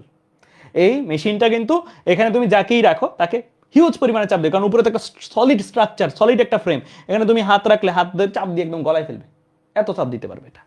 যত বেশি তুমি হিট দিবা তত বেশি চাপ দিবে এখানে এসে। ঠিক আছে? আচ্ছা, তো আমরা ধরো একটা কাজ করব, এই মাঝখানটাতে কাকে রাখবো? মাঝখানটাকে ধরো তুলাকে রাখবো, তুলাকে রাখলাম। তুলাকে রাখে কি করব আমরা? গ্যাসে হিট দেওয়া শুরু করবো। এখানে হিট দিব, হিট দিলে এই পিস্টনটা চাপ উপরে যাবে, এখানে তুলা থাকুক যাই থাকুক এটাকে চাপ দিয়ে সংকোচন করায় দিবে, সংকুচিত করে রাখবে। এইভাবে তাকে দিয়ে তুমি কি করতে পারো, তোমার কাজটা আদায় করে নিতে পারো, যে ও উপরে তুলাটাকে রাখছো, তুলাটাকে চাপ দেওয়ানোর কাজটা তাকে দিতে পারো, সে এটা করে দিবে। এখন প্রশ্ন হলো, এই অ্যানিমেশনটাতে যেমন সুন্দর করে সে যাচ্ছে আবার নিজে নেমে যাচ্ছে, সে কি নিজে থেকে নামবে? তুমি তাপ যখন তাকে দিছো, সে তো অনেক গরম, গরম হয়ে সে প্রসারিত হয়ে উপরের জিনিসটাকে চাপ দিয়ে ধরে রাখছে, সে তো আর নিজে থেকে নামবে না, সে চাপ দিয়ে ধরেই রাখবে, সে উপরের ফ্রেমটার সাথে চাপ দিয়ে ধরেই রাখবে। প্রশ্ন হলো এরপরে তুমি তাকে কিভাবে নামাবা? মানে এরপরে তুমি ওই তুলাটার কেমনে বের করবে? তো চাপ দিয়ে রাখছে, চাপ দেওয়ার দরকার ছিল, চাপ দিছে, এখন তোমার তুলাটার বের করে নতুন তুলা দিতে হবে না, আবার কাজ করাইতে হবে না, তাকে দিয়ে করাইতে হবে। তো তুমি কিভাবে এটা নামাবা বলো তো? এই নিয়ে আইডিয়া দেখি তোমাদের মধ্যে থেকেই চলে আসবে যে কথাটা আমি শুনতে চাচ্ছি। হ্যাঁ, সামিয়া বিনতে ইকবাল অলরেডি পারফেক্ট অ্যান্সারটা দিয়ে দিছে। আমি কিন্তু হাত দিয়ে প্রেসার দিয়ে বাইর করতে পারবো না। যদি হাতের এত শক্তি থাকতো তাহলে হাত দিয়ে খামাখা মেশিন দিয়ে তুলা চাপ দেওয়া দরকার কি ছিল? হাতে যদি এত শক্তি থাকতো তাহলে হাত দিয়ে তুলা চাপ দিতাম। এটা এই যে চারটাখানের কথা না যে হাত দিয়ে চাপ দিবা, প্লাস গরম তো আসি, এছাড়াও হাত দিয়ে চাপ দেওয়ার মতন এত সোজা বিষয় এটা না। তো কি করব আমরা? যেমন আগুন দিছি একটু আগে, প্রসারণ করাইছি, আমরা এরপরে বরফ দিব। নিচে কি করব? বরফ দিব বা তাপমাত্রা কমাবো। তাপমাত্রা যদি কমাই উল্টাটা ঘটবে। উল্টাটা ঘটবে মিন্স কি? এই জিনিসটা যেমন প্রসারিত হয়েছিল এই জিনিসটা তেমন সংকুচিত হয়ে যাবে। সংকুচিত হয়ে গেলে সেই নিচে নেমে গেলে আমি এই তুলাটা সরাইতে পারবো, দেন নতুন তুলা দিয়ে আবার বরফ সরাই দিয়ে আবার আগুন। তার মানে এটা একটা প্রসেস চলতে থাকতে হবে। তাহলে এখানে দেখো এই প্রসেসটার মধ্যে কি কি জিনিস আছে। ফার্স্ট অফ অল এই প্রসেসটার মধ্যে কি কি জিনিস আছে? ফার্স্ট অফ অল তোমার কি দিতে হয়েছে যে একটা শুধু কার্যনির্বাহক বস্তু না, সাথে আরো কি কি দিতে হইতেছে? সাথে তোমার একটা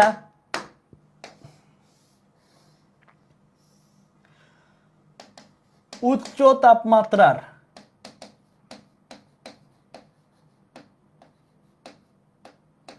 একটু বড় করে দিই দাঁড়াও,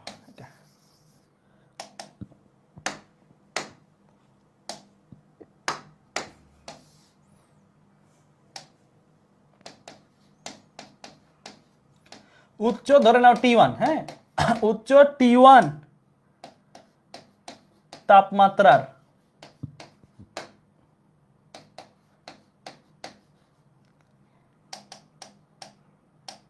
তাপ উৎস। তাপ উৎস এটার নাম দিই আমরা কি? তাপ উৎস দিতে হইতেছে।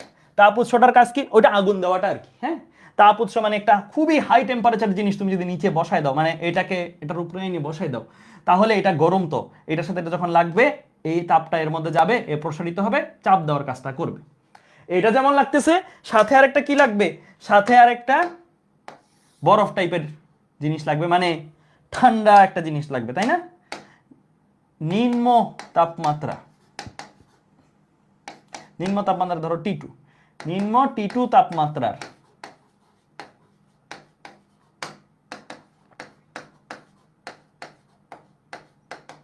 তাপ গ্রাহক লাগবে। তাপ উৎসর কাজ কি? তাপের উৎস হিসেবে সে কাজ করবে, তাপ সে প্রোভাইড করবে। তাপ গ্রাহকের কাজ কি? সে তাপ শুষে নিবে, বরফ টাইপের আর কি, সে তাপ শুষে নিবে, এটাকে লাগবে। এটাকে দিয়ে তুমি কি করো? সংকোচনের কাজটা করো, সো দ্যাট তুমি তুলাটা বের করে নতুন তুলা দিয়ে আবার ফার্দার কাজ করাইতে পারো।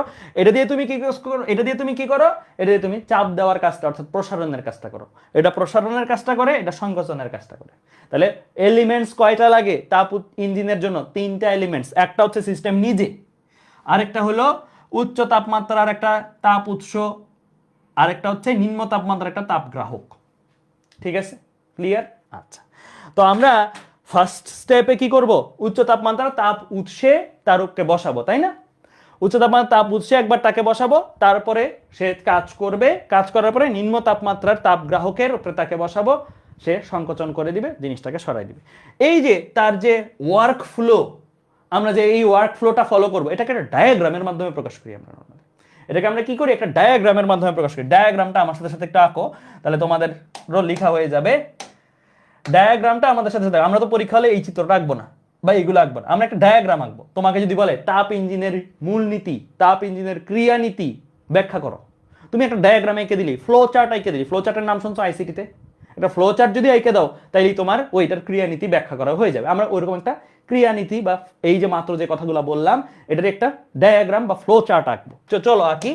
আমরা যখন প্রকাশ করি আঁকার ক্ষেত্রে, তোমরা যারা আইসিটি পড়ছো তোমরা জানো যে ফ্লো চার্টে কিন্তু ইচ্ছা মতো সিম্বল ইউজ করা যায় না, যেটা যে এরকম সেরকমই ইউজ করতে হয়। আমরা তাপ উৎসটাকে চার কোণা বা রেক্ট্যাঙ্গেল দিয়ে ইউজ করি, তাপ গ্রাহকটাকে একটা চার কোণা বা রেক্ট্যাঙ্গেল দিয়ে ব্যবহার করি। হ্যাঁ, তাপ উৎস তাপ গ্রাহক এগুলা কি কি রেক্ট্যাঙ্গেল শেপ ইউজ করব, মানে এগুলোকে বোঝানোর জন্য রেক্ট্যাঙ্গেল শেপ। আর সিস্টেমটাকে বোঝানোর জন্য আমরা একটা ওভাল শেপ ইউজ করব। ওভাল, এটা কি শেপ? Oval shape. সিস্টেম যে কাজ করে তাকে একটা ওভাল শেপে রিপ্রেজেন্ট করব। তাহলে এটা আমার কি তাপ উৎস,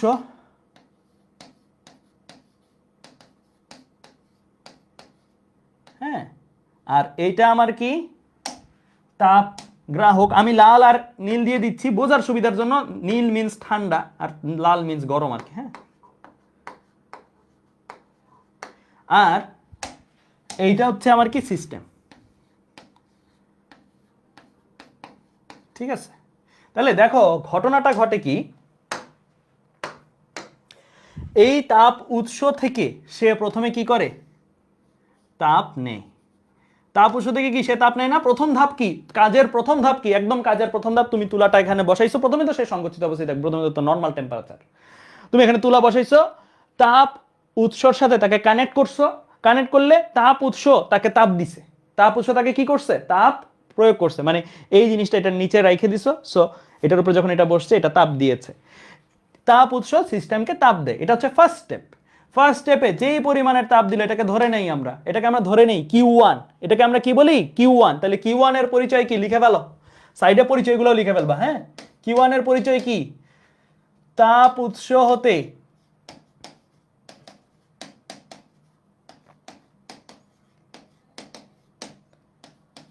গৃহীত তাপ, গৃহীত তাপ, তাপ উৎস থেকে যত তাপ গ্রহণ করে সিস্টেম সেটা হচ্ছে Q1।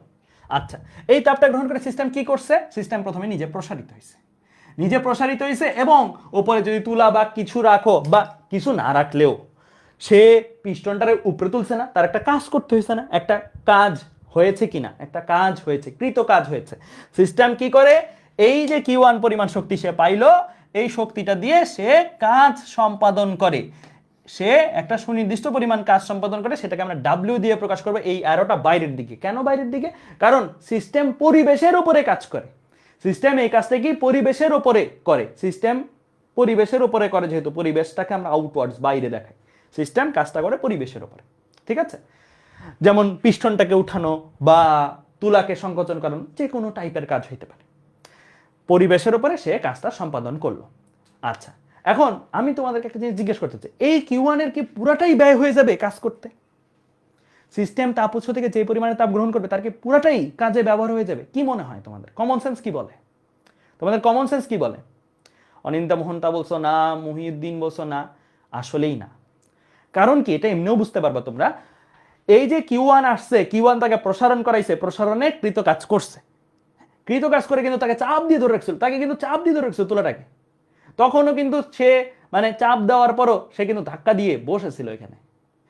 পরে তার এনার্জিটা কমানোর জন্য, তার এই কিউটা কমানোর জন্য আমরা কি করছি, ফার্দার তাকে এই নিম্ন এটা সরাই দিছি পরে, এবং এইটার উপরে বসাইছি, এই বরফটার উপরে তাকে বসাইছি, কম তাপমাত্রা একটা বরফ, এটার উপরে তাকে বসাইছি।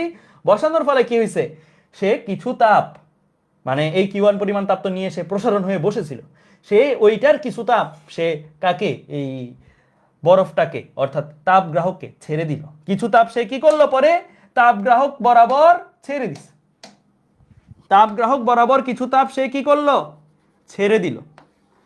এই যে ছেড়ে দিল, এইটা আসছে কোথা থেকে? এমন তো না যে সিস্টেম জন্মগতভাবেই শক্তিশালী, সিস্টেমকে তো আমরা শক্তি দিছি কাজ করার জন্য, শক্তিটা কে দিছে ক্লিয়ারলি বললে তাপ উৎস দিছে, তাপ উৎস যে শক্তিটা দিছে ওইটার পুরাটা কাজের জন্য ব্যবহার হয় নাই, তার প্রসারণে কতই বা ব্যয় হয়েছে, চাপ দেওয়াতে কতই বা ব্যয় হয়েছে, ব্যয় হওয়ার পরেও তো আরো ছিল, যেটার কারণেই তো আমরা তার থেকে বের করতে পারতেছিলাম না, তুলা বলো বা এই জিনিসগুলোকে বের করতে পারতেছিলাম না। আমরা পরে বরফ দেওয়াতে না সে তাপ কিছু কমলে সে সংকুচিত, তারপরে বের করতে পারছে। তা সে কিন্তু এই অবস্থায় আর থাকে নাই, তাপ দেওয়ার পরে সে এই অবস্থায় ছিল, তাকে নামানোর জন্য আমার এক্সটার্নালি একটা বরফ দিতে হয়েছে, ওই বরফে সে কিছু পরিমাণ তাপ রিলিজ করে দিছে। এইটা আসছে কোথা থেকে, এই তাপটা আসছে কোথা থেকে? অবশ্যই ওরই একটা অংশ বিশেষ, এমন তো না সিস্টেম আগেই কিছু তাপ নিয়ে বসেছে, সিস্টেমে তো আমরা তাপ দিছি তারপরে সে তাপ পাইছে, তাই না? সো ওরই একটা অংশ বিশেষ সে পরে আবার এখানে ছেড়ে দেয়। তাহলে এই হচ্ছে ডায়াগ্রামটা, যেই ডায়াগ্রাম অনুসারে কি সিস্টেম বা তাপ ইঞ্জিন কাজ করে। এই যে আমরা মাত্র যেটা করলাম না, মাত্র যেই জিনিসটা আঁকলাম ওভারঅল, এটাকে আমরা বলি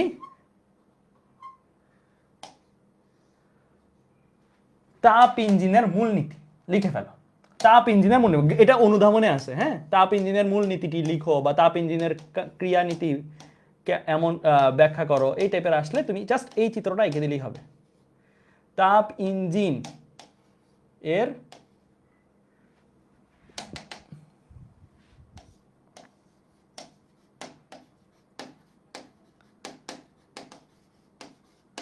এই ডায়াগ্রামটা, সিস্টেম থেকে সে তাপ গ্রহণ করে, তাপ উৎস সিস্টেম হিসেবে তাপ উৎস থেকে সে তাপ গ্রহণ করে, ওইটার কিছু অংশ সে কাজ করে এবং কিছু অংশ সে আবার ছেড়ে দেয়। কাকে? তাপগ্রাহকে। পুনরায় কাজ করার জন্য কিছু অংশ তাপ ছেড়ে দেয়। তাহলে আমরা বাকিগুলোর পরিচয় লিখে ফেলি। ডাব্লিউ এর পরিচয় কি? কৃতকাজ। সিস্টেম যে কাজটা করছে সেই কৃতকাজ, পরিবেশের উপরে সিস্টেম যে কাজটা করে। কিউ টু এর পরিচয় কি? কিউ টু এর পরিচয় কি? সিস্টেম কর্তৃক বর্জিত তাপ বা তাপ গ্রাহকে বর্জিত তাপ। হ্যাঁ, এটাকে ব্লু কালার দিয়ে দিই নাকি? এটাকে ব্লু কালার দিয়ে লিখি। তাপ গ্রাহকে বর্জিত তাপ, কিউ টু এর পরিচয়।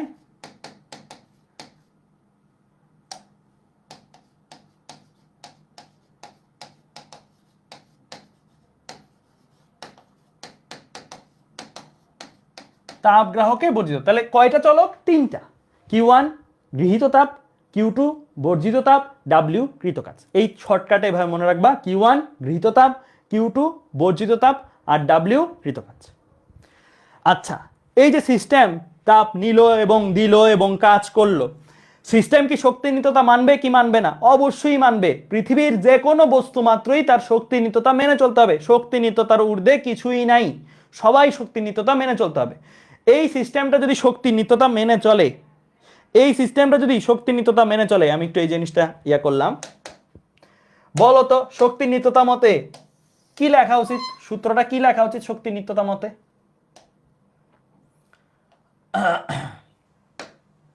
কি লেখা উচিত শক্তি নিত্যতা মতে? বলো।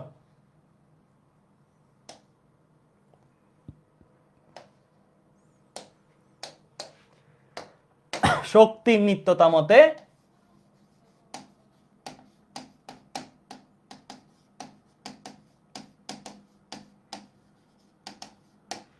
গৃহীত তাপ ইজ ইকুয়াল টু বর্জিত তাপ। যে পরিমাণে তাপ আমি গ্রহণ, শক্তি নিত্যতা কি বলে? শক্তিকে সৃষ্টি করা যাবে না বা ধ্বংস করা যাবে না, এমন তো পসিবল না। আসছে 100 জুল তাপ, কাজ করছি 20 জুল, দিয়ে দিছি 200 জুল, পাইলাম 100, দিলাম 220, হইল? হবে না তো। শক্তি নিত্যতা মানে কি? যতটুকুই পাবো ততটুকুই দিব, বাড়ায়ও দিতে পারবো না, কমায়ও দিতে পারবো না। বাড়ায় দেওয়া মিন্স সৃষ্টি করে দেওয়া শক্তি, কমায় দেওয়া মিন্স ধ্বংস করে দেওয়া। সৃষ্টি বা ধ্বংস কোনোটাই করা যাবে না। তার মানে শক্তি নিত্যতা মতে যে পরিমাণের শক্তি তার মধ্যে প্রবেশ করবে, অর্থাৎ কিউ ওয়ান, সেই পরিমাণের শক্তি তার মধ্যে থেকে বের হবে, কাজ রূপে হোক তাপ রূপে হোক। ঠিক আছে? শক্তি নিত্যতা মতে যাহাই আসবে তাহাই বের হবে। মানে Q one is equal to W plus Q two. এইটা তাপ ইঞ্জিনের সব থেকে ফান্ডামেন্টাল, সব থেকে প্রথম সূত্র। ঠিক আছে?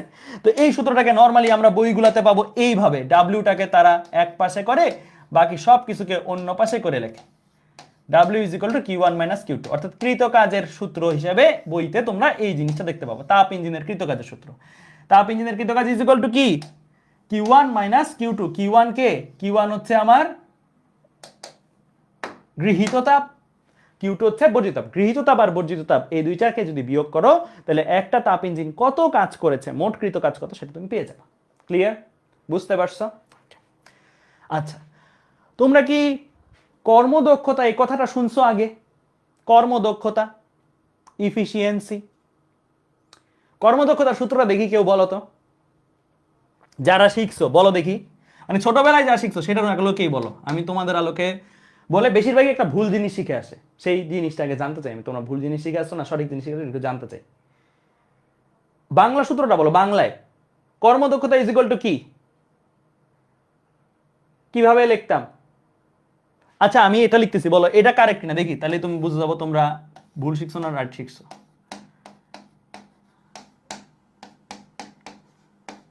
এটা কি কর্মদক্ষতা? কে কে একমত? এটার সাথে কেউ একমত নাকি কেউ একমত না? বলো, এটা কি রাইট সূত্র? না, না, সবাই বলছো না। ভুল কোথায় এখানে? এখানে ভুলটা কোথায়? এটা যদি কর্মদক্ষতা হয়, এইটা কর্মদক্ষতা is equal to output by input. ভুল কোথায় এখানে বলো? এটার ভুল কোথায়? সমস্যা কোথায় এখানে? এটা সমস্যা কোথায়? আচ্ছা, ইনপুট বাই আউটপুট, না না, ওইটাও ভুল। ইনপুট বাই আউটপুট তো কোনোভাবেই না।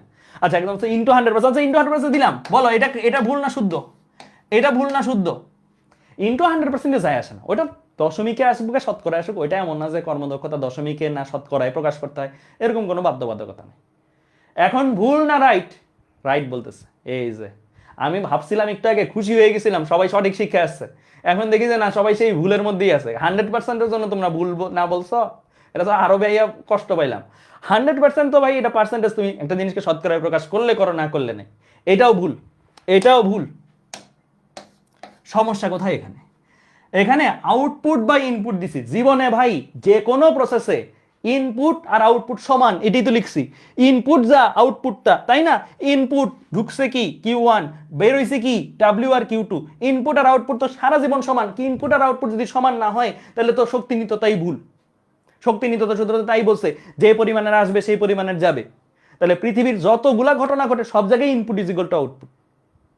তাইলে সারা জীবন তোমরা ভুলই শিখছো আসলে।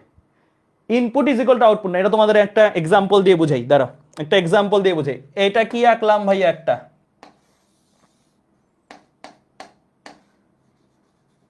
একটা বাল্ব আঁকলাম, রাইট? একটা বাল্ব। এই যে একটা বাল্ব, বাল্বকে তুমি এনার্জি দিলা। কি দিলা? Electrical energy. কত জুল দিলা? কথার কথা, ধরে নাও 100 জুল। ধরে নাও 100 জুল এনার্জি দিলাম। কি এনার্জি দিলাম? ইলেকট্রিক্যাল,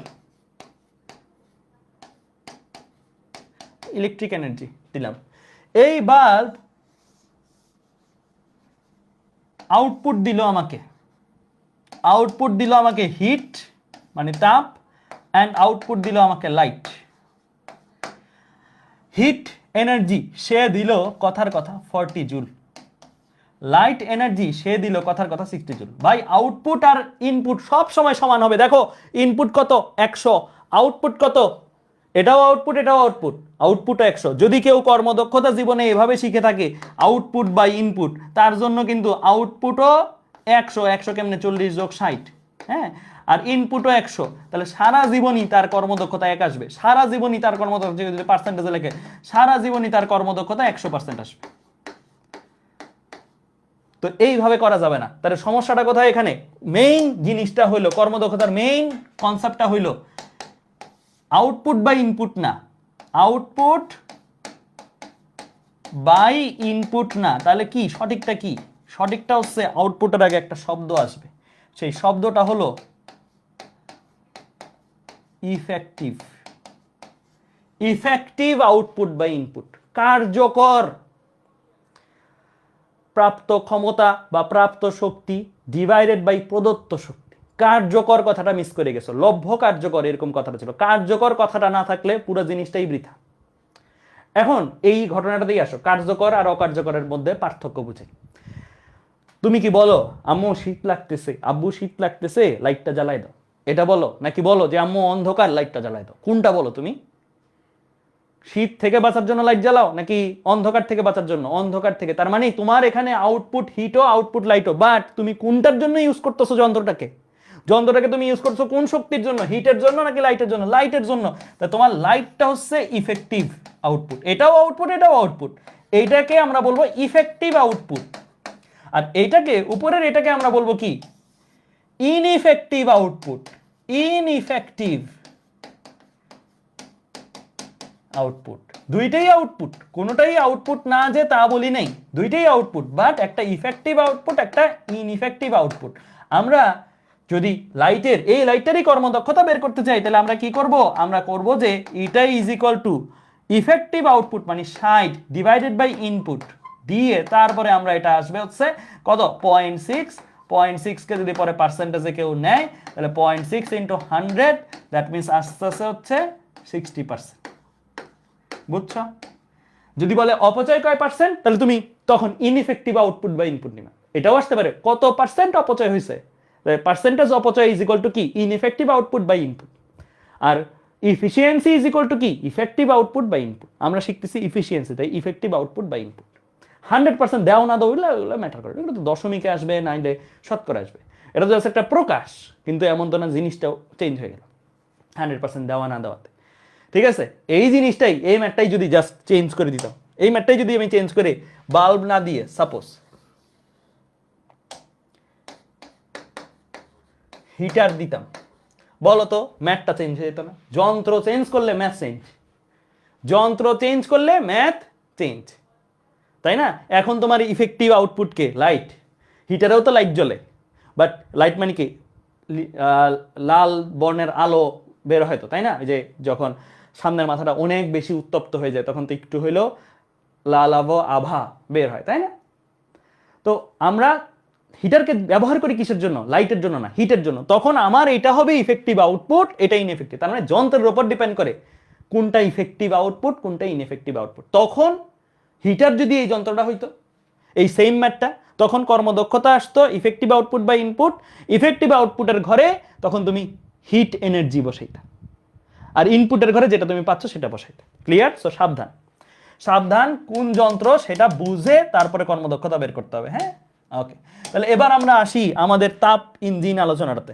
বলো, আমরা কর্মদক্ষতাকে তাহলে শিখলাম, কর্মদক্ষতায় যে ভুলটা ম্যাক্সিমাম শিখি থাকি সেটাও দূর করলাম। হ্যাঁ, তাহলে কর্মদক্ষতার সূত্র এখন থেকে জীবনেও বলবো না আউটপুট বা ইনপুট, সারা জীবন বলবো কি ইফেক্টিভ আউটপুট বা ইনপুট।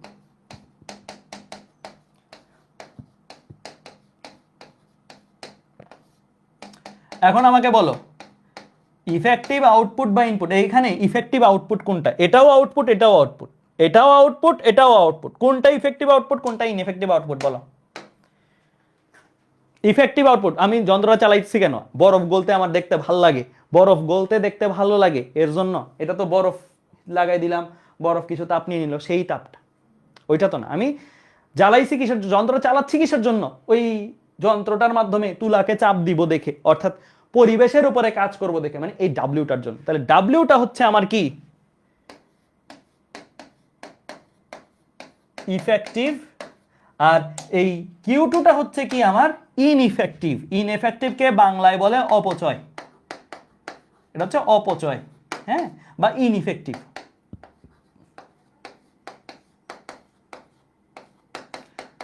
আর ইফেক্টিভের বাংলা হচ্ছে কার্যকর। হ্যাঁ, ওকে। তাহলে আমরা এই ইটায়ের সূত্র তাপ ইঞ্জিনের বেলায় কি হবে বলো? তাপ ইঞ্জিনের ইটায়ের সূত্র কি? তাপ ইঞ্জিনের ইটায়ের সূত্র হচ্ছে W divided by input. Input কত? ইনপুট হচ্ছে আমার Q1। হ্যাঁ, অনেকে এটাকে আবার এইভাবেও লিখে ফেলে, W কে যেহেতু ভাঙায় লেখা যায় কি এই জিনিসটা Q1 বিয়োগ Q2 লেখা যায় না? লেখা যায়। W কে ভাঙাই যে এটা লিখলাম, আর Q1 তো Q1ই। তো অনেকে এটাকে এই ফরম্যাটে লিখে, এটাকে আবার ভাঙায় এভাবে না লিখে Q1 বাই Q1 বিয়োগ Q2 by Q1। That means একবারে যদি লিখি ভাইয়া এরকম লিখে 1 মাইনাস Q1 বাই Q1 মানে 1 বিয়োগ Q2 বাই Q1, এইভাবে লিখে। তো আমরা কর্মদক্ষতার সূত্র হিসাবে এই দুইটা সূত্রকেই মনে রাখবো। ঠিক আছে, এই দুইটা সূত্রকেই মনে রাখবো। আর পার্সেন্টেজের বিষয়টা যেটা আমি বরং আরো বলবো, পার্সেন্টেজে যদি প্রশ্নে দেওয়াও থাকে বলতে পারে 70% কর্মদক্ষতা বিশিষ্ট একটি যন্ত্র, হ্যান বললো। তুমি যখন ম্যাথ করবা এটাকে পার্সেন্টেজ বিবর্জিত অবস্থায় ব্যবহার করবা, অর্থাৎ 70% মানে কত? 70/100, 0.7, এটার জায়গায় 0.7 বসায় ম্যাথ করবা। আর পার্সেন্ট যদি লাস্টের লাইনে নেওয়া লাগে তাহলে আগে তুমি দশমিকে ম্যাথটা করে ফেলবা, পরে শেষ লাইনে 100% দিবা। আমি কখনো পছন্দ করি না সূত্রের সাথে 100% গুণ দেওয়াটাকে, কারণ এটা খামাখা সূত্রের একটা প্যাচ। ভাই দশমিক থেকে পার্সেন্টেজে নিব, এটা তো যে কাউরেই নিতে পারি, ওটা তো একটা 100 দিয়ে গুণ দিয়ে পার্সেন্টেজ দিয়ে দিলেই হয়। আবার পার্সেন্টেজ থেকে কাউকে দশমিকে নেব 100 দিয়ে ভাগ দিয়ে দিলেই হয়। এটার সাথে তো আর সূত্রের সম্পর্ক নেই, সূত্র এটা প্লাস ইন্টু 100% দিছি কিনা ওইটা না। ঠিক আছে, ওকে। লেখা হলে বলিও, সবাই লেখা হলে বলবা। ঠিক আছে, তো চলো ঝটপট কিছু ম্যাথ করে ফেলি, ঝটপট কিছু ম্যাথ করে ফেলি। এই হচ্ছে সুদ কনসেপ্ট, আর কোনো কনসেপ্ট নাই। এই হচ্ছে কনসেপ্ট, আর কোনো কনসেপ্ট নাই। হ্যাঁ, শুরু করি আমরা, বিসমিল্লাহ করি এই ম্যাথটা দিয়ে। সবাই প্রশ্নটা তুলে ফেলো ফার্স্ট, ম্যাথ করতে পারবো ঝটপট, একদম সময় লাগবে না, দ্রুত তুলে ফেলো দ্রুত। কি বলছে, কোন তাপ ইঞ্জিনের কর্মদক্ষতা 70%, ইঞ্জিনটি যদি তাপগ্রাহকে 6000 জুল তাপ বর্জন করে তবে ইঞ্জিনটি দ্বারা কৃত কাজ কত? কোন তাপ ইঞ্জিনের কর্মদক্ষতা 70%, এটা দেওয়া আছে। হ্যাঁ, ইঞ্জিনটি যদি তাপ গ্রাহকে 6000 জুল তাপ বর্জন করে, বলো তো এইটা কিসের ডাটা? এটা কিসের ডাটা ভাইয়া? এটা Q1 না Q2? কি এটা, কোনটা Q1 না Q2? তাপ বর্জন, বর্জিত তাপ মানে Q2। Q2 দেওয়া আছে 6000 জুল। তবে ইঞ্জিনটি দ্বারা কৃত কাজ কত, মানে তোমার কাছে জানতে চাইছে W কত। ঠিক আছে, আচ্ছা। তো আমরা তো সবাই ফর্মুলা জানি, ফর্মুলা সবাই শিখছি। আমরা যেহেতু W বের করতে চাই, কি করব বলো? আমরা W যদি বের করতে চাই, W equal to Q1 minus Q2 দিয়ে বের করা যায়, রাইট? তাই না? এটা দিয়ে বের করা যায়। যদি কোনোভাবে Q1 Q2 পেয়ে যায় তাহলে W পেয়ে যাব। এখন প্রশ্ন হলো, প্রশ্নে তো Q2 আছে বাট Q1 নাই। Q1 যদি কোনোভাবে পেয়ে যায়, W যেহেতু দরকার, Q2 আছে, Q1 যদি কোনোভাবে পেয়ে যায় তাহলে ম্যাথ শেষ। তো Q1 কিভাবে পেতে পারি? ইটার সূত্রকে সাহায্য হিসেবে নিতে পারি। এটা ইজ ইকুয়াল টু আমরা জানি 1 মাইনাস Q2 বাই Q1, তাই না? আচ্ছা, তো এখন এটাকে আমি বলছি তোমাদের পার্সেন্টেজে থাকলে দশমিকে নিয়ে ব্যবহার করবা। 70% মানে কি? 70% মানে কি? দশমিকে নাও। 70% কি বলা যায়? 70/100। পার্সেন্টেজ সাইনকে 1/100 মতন চিন্তা করা যায়, ঠিক আছে?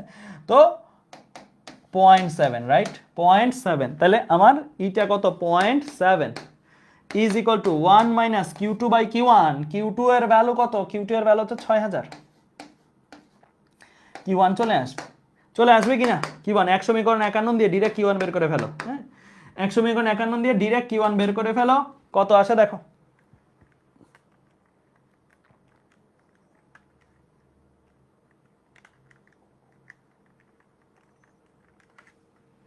20000।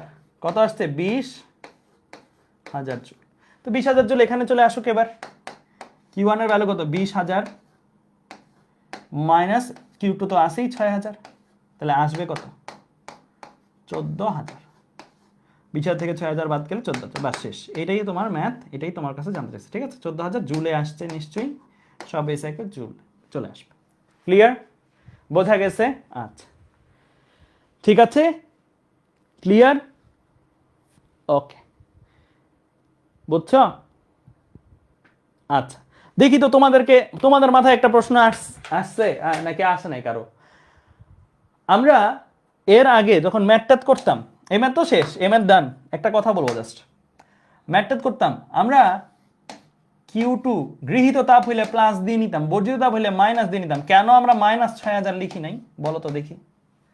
এটা তো বর্জিত তাপ, বর্জিত তাপ তো মাইনাস দিয়ে লেখার কথা, কেন লিখিনি বর্জিত তাপ? বলো তো, নাকি ভুল করছি? তাপ গ্রহণ হইলে প্লাস, তাপ বর্জন হইলে মাইনাস পড়ছি তো, কিন্তু কেন এটা করি নাই? আমি কেন ডিরেক্ট ভ্যালু নিয়ে করছি? কারণ আগে আমরা যেটা নিয়ে কাজ করতাম, আগে আমরা যেই চলকের মধ্যে ভ্যালু বসাতাম সেই চলকটা ছিল ডেল কিউ, তাপের পরিবর্তন। ডেল কিউ এর মধ্যে গৃহীত হইলে প্লাস, বর্জিত হইলে মাইনাস। সিস্টেম যদি তাপ গ্রহণ করে প্লাস, সিস্টেম যদি তাপ বর্জন করে মাইনাস নিতে হবে। হ্যাঁ, প্লাস মাইনাস নিয়ে করব ডেল কিউ এর জন্য। হ্যাঁ, বাট Q2 এর পরিচয় কি ধরছি আমরা? Q2 এর পরিচয়ই বর্জিত তাপ, পরিচয়ই বর্জিত তাপ। যার পরিচয় ধরো আমরা মনে করে দেখো ছোটবেলায় এরকম করতাম, পশ্চাৎ বেগ বললে কি আর মাইনাস নিবা? পশ্চাৎ বেগ কথাটা বললে কি আর মাইনাস নেই? পশ্চাৎ বেগ না। তুমি যদি ভিকেই বলো পশ্চাৎ বেগ আবার মাইনাসও, তাহলে তো হইলো না। তুমি জিনিসটা এইভাবে হইলো আর কি, তুমি বললা আমার লস গেছে -10 টাকা, তাহলে তো বেসিক্যালি মাইনাসে মাইনাসে প্লাস মানে লাভ হয়েছে। তুমি যদি বলো আমার লস গেছে 10 টাকা, ওকে, বা আমার টাকার পরিবর্তন -10 টাকা, এটাও ওকে, কিন্তু মিক্স করতে পারবা না। তো আমরা এই চ্যাপ্টারের তাপ ইঞ্জিন কনসেপ্টটা যখন পড়ি, মাথায় রাখি, কান খুলে শুনে, এটা Q1 Q2 পরিচয়ই ধরে নিই গৃহীত তাপ না বর্জিত তাপ। তাই Q1 Q2 যেহেতু পরিচয় দিই ধরে নেওয়া গৃহীত না বর্জিত, তাই এগুলো নিয়ে যখন ম্যাথ করা হয় তখন শুধু ভ্যালু নিব, Q1 Q2 দিয়ে যখন ম্যাথ করব তখন শুধু মান নিব, প্লাস মাইনাস নিব না। এই জিনিসটা বেশিরভাগ ফার্স্ট ইয়ারের স্টুডেন্টসরা ওভার থিঙ্ক করে ম্যাথগুলোকে, তখন এই ভুলটা করে ফেলে বেশিরভাগ। তো আমি ক্লিয়ার করে দিলাম, ডেল কিউ নিয়ে যখন ম্যাথ আসবে, del Q equal to del U plus del W, ওগুলো নিয়ে যখন ম্যাথ করবা তখন প্লাস মাইনাস নিয়ে ভাববা, ভাবতেই হবে, নাহলে ভুল যাবে। আর তাপ ইঞ্জিনের Q1 Q2 নিয়ে যখন ম্যাথ করবা তখন প্লাস মাইনাস নিয়ে ভাবা দরকার নেই, শুধু ভ্যালু নিবা, কারণ Q1 পরিচয়টার মধ্যেই আছে গৃহীত তাপ প্লাস অটোমেটিক, Q2 পরিচয়টার মধ্যেই আছে বর্জিত তাপ, আবার মাইনাস বললে এটা কিন্তু গৃহীত বুঝাবে, বর্জিত তাপ -20 জুল -6 জুল, এটা কিন্তু গৃহীত বুঝাবে, উল্টা উল্টা হয়ে যাবে, বুঝছো? সো এই কারণে আমি বললাম যে Q1 Q2 নিয়ে যখন ম্যাথ করবো তখন মাইনাস নেওয়া দরকার নাই, শুধু ভ্যালু নিব, শুধু ভ্যালু নিব, ঠিক আছে? বুঝতে পারছো? ওকে, ঠিক আছে, আরো কয়েকটা ম্যাথে যাই। বোর্ডের একটা ম্যাথ দেখি, সবাই এই ম্যাথটা তুলে ফেলো ফার্স্ট, সবাই এই ম্যাথটা ফার্স্ট তুলে ফেলো, ফার্স্ট তুলে ফেলো এই ম্যাথটা।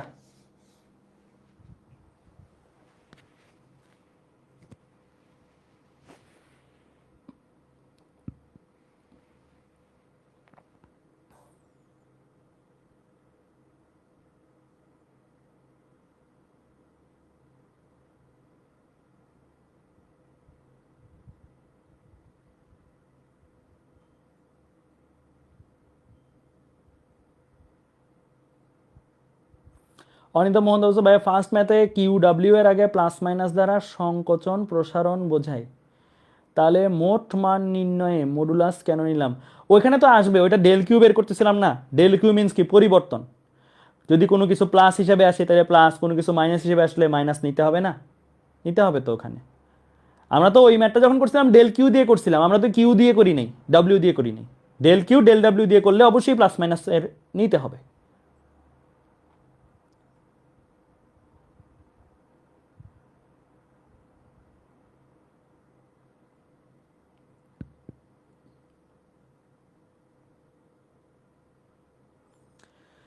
লিখছো প্রশ্নটা? লিখছো কি বলছে?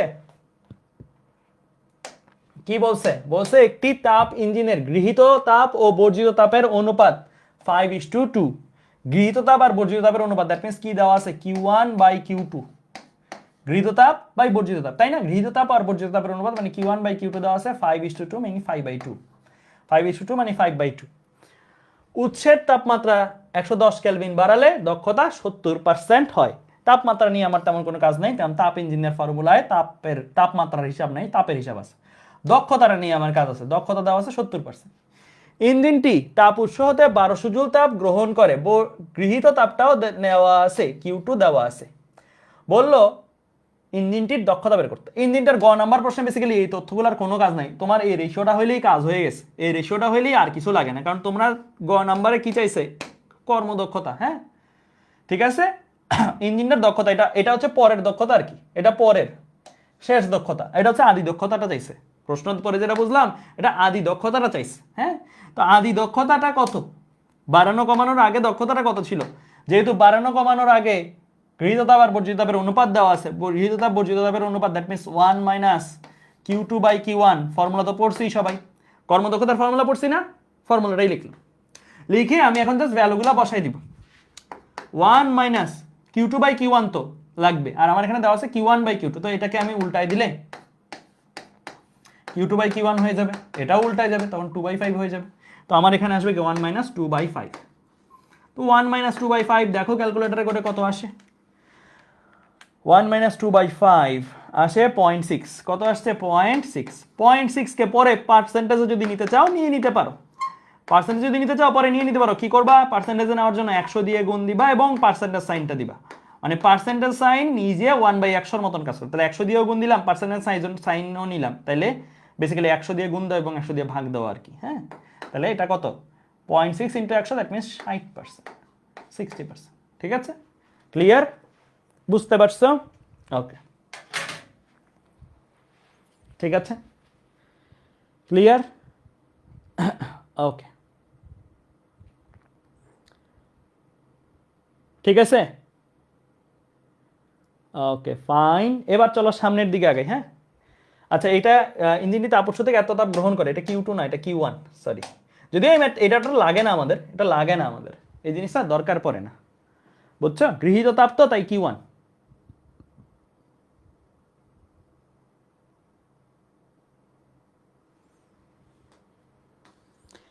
আচ্ছা, এবার আইআইটির একটা প্রবলেম সলভ করি। দেখো প্রশ্নটা আসছে কত সালে, সালটা দেখো খালি,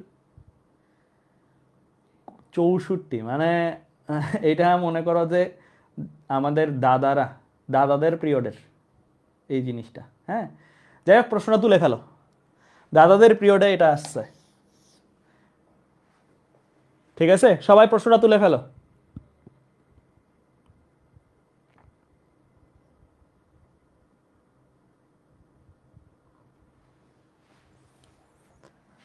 সবাই প্রশ্নটা তুলে ফেলো ফার্স্ট।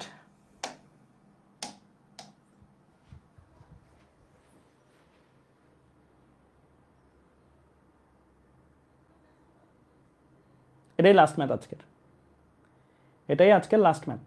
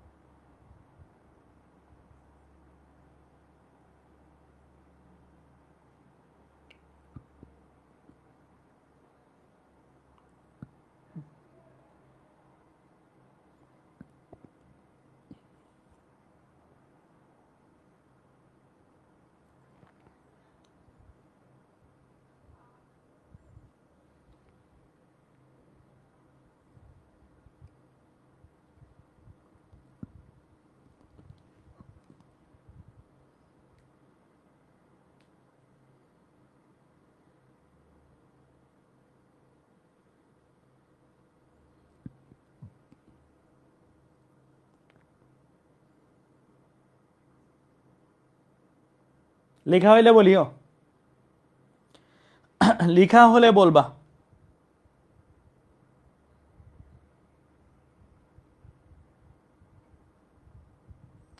নাসিম বলছো ল্যাপটপ ঠিক করছেন পরে, ল্যাপটপ তো ঠিকই আছে আমারটা। তোমরা কি মানে অনেক আগের পোস্টের কথা বলতেছো, 2000 সালে, যেটা এই 20 সালের দিক দিয়ে, তারও আগে তো 19 সালের দিক দিয়ে, ওইটার কথা বলতেছো মনে হয়।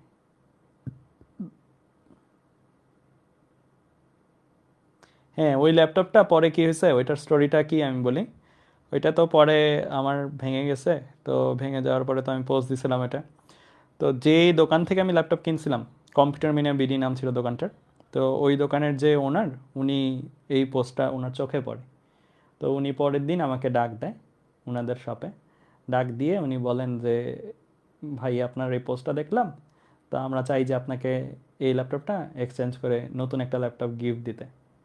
তো আপনি যদি রাজি থাকেন তাহলে আপনি ল্যাপটপটা নিয়ে আসেন, আমরা এটা আপনাকে গিফট দিতে চাই, কারণ আপনি যেহেতু একটা ভালো কাজ করতেছেন, স্টুডেন্টসদেরকে ফ্রিতে পড়াচ্ছেন, তো ওই সময় ফ্রিতে পড়াতেন। তো এরপরে ওনারাই এটা নিয়ে এক্সচেঞ্জ করে গিফট দেয় নতুনটা। অ্যান্ড ওই ল্যাপটপটা এখনও আছে, ওই ল্যাপটপটা এখনও আছে, ইনফ্যাক্ট তোমাদের স্লাইডগুলোও মাঝে মাঝে এটা দিয়ে বানায়।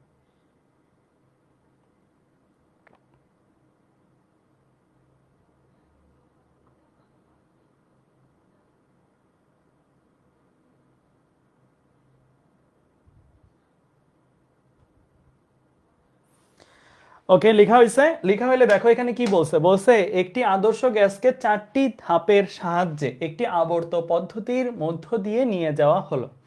এই 4টি পদ্ধতিতে গৃহীত তাপের পরিমাণ যথাক্রমে ডেল কিউ ওয়ান দেওয়া আছে, কিউ ওয়ান দেওয়া আছে 5960 জুল, কিউ টু দেওয়া আছে -5585 জুল। এইখান থেকে একটা তথ্য মাথায় নিতে হবে, প্লাস মাইনাস দিয়ে দিছে স্যাররা, প্লাস মাইনাস স্যাররা ব্যবহার করে দিছে। প্লাস মাইনাস স্যাররা ব্যবহার করে দিলে, আমি তোমাদের একটু আগেই একটা কথা বলছিলাম যে গৃহীত তাপ বর্জিত তাপ, এভাবে যদি চিন্তা করো প্লাস মাইনাস নিব না, শুধু ভ্যালু নিব।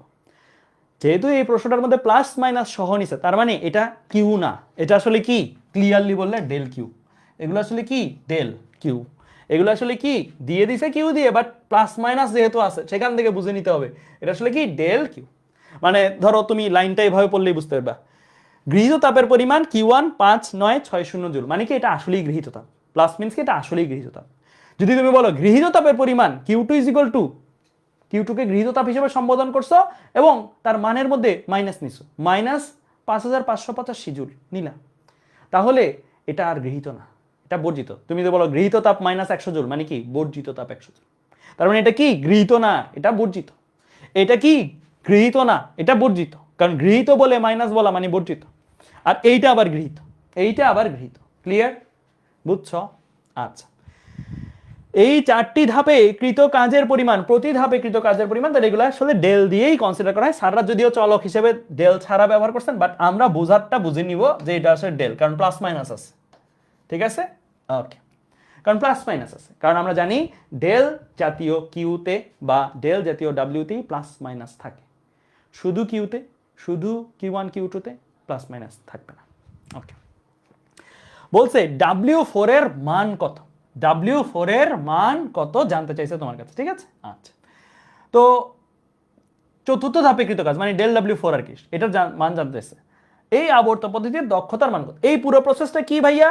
আবর্ত পদ্ধতি। আবর্ত পদ্ধতি মানে সাইক্লিক প্রসেস। সাইক্লিক প্রসেস মানে জিনিসটা হতে পারে 4 ধাপ, তো হতে পারে ধরো এরকম কিছু একটা, মানে আমি কল্পনা করে নিছি এরকম কিছু একটা ধাপ, ধরো মানে এরকম ভাবে ঘুরে আমার আগের জায়গায় আসছে, আবর্ত পদ্ধতি বা সাইক্লিক প্রসেস যেটা, তাই না? তো আমরা লিখে ফেলি, প্রথমে শুরু করি। আবর্ত পদ্ধতিতে বা সাইক্লিক প্রসেসে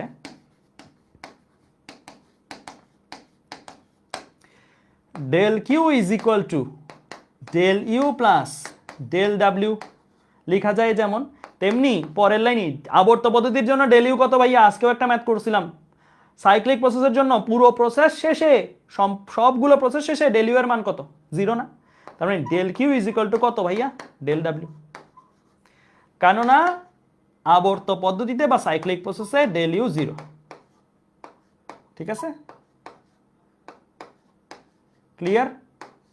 বুঝতে পারছো? আচ্ছা, এখন এই কনসেপ্টটা যদি আমাদের কাছে থাকে তাহলে দেখো এই ম্যাথটা কিন্তু আমাদের জন্য সুপার ইজি, অনেক সহজেই আমরা এই ম্যাথটা করে ফেলতে পারবো। জাস্ট যোগ বিয়োগ ছাড়া কিছু নাই, যোগ বিয়োগ ছাড়া কিচ্ছু নাই লিটারেলি।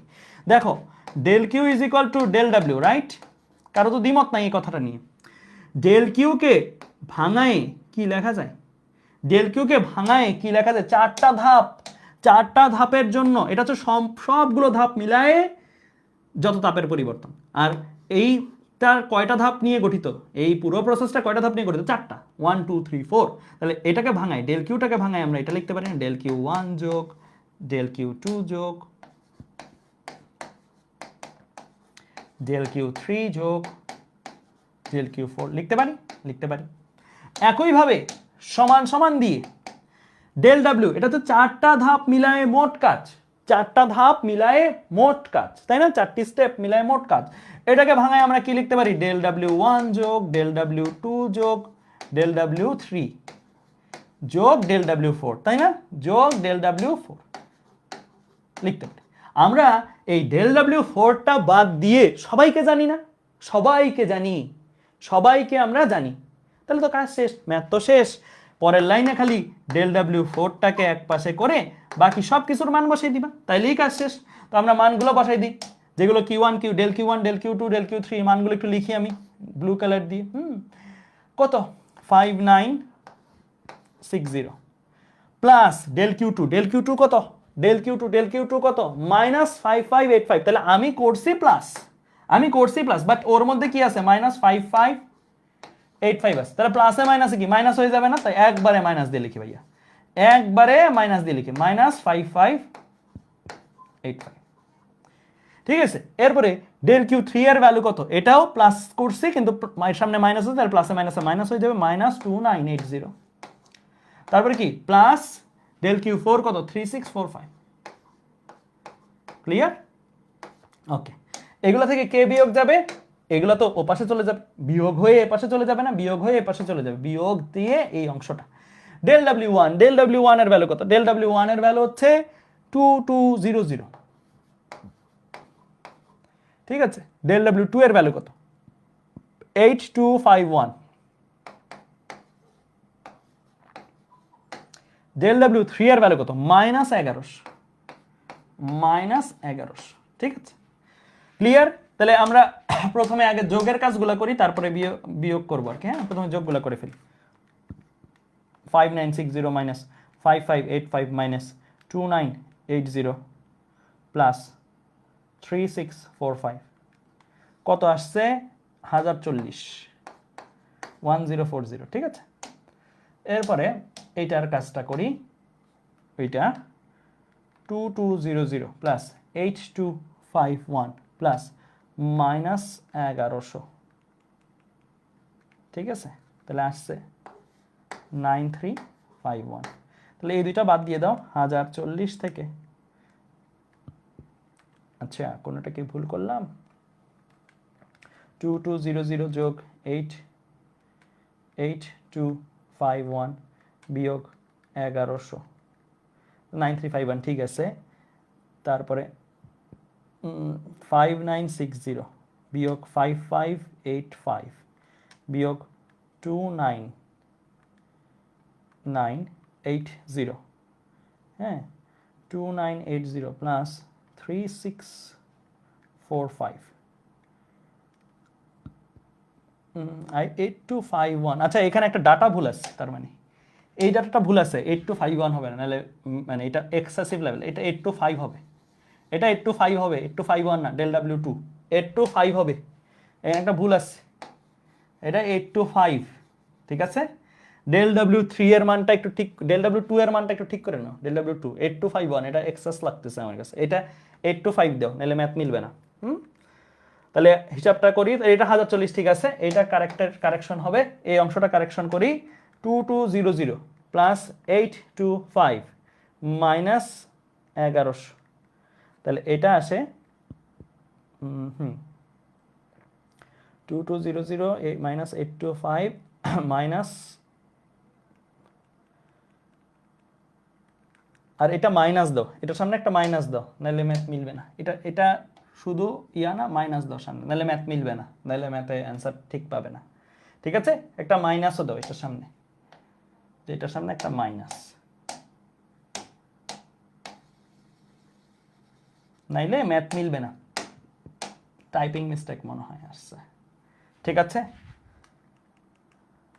ওকে, এখন মিলবে, এখন মিলবে, এটা কত 275, ঠিক আছে। তাহলে এই মানটা কারেকশন করে নাও, এখানে 8251 ছিল, 8251 হবে না, মাইনাস 825, মাইনাস 825, ঠিক আছে। তাহলে 1040 বিয়োগ 275 আসছে 765, তাহলে টোটালে আসছে কত, টোটালে আসছে হচ্ছে 765, 765 জুল, ঠিক আছে, এত আসছে।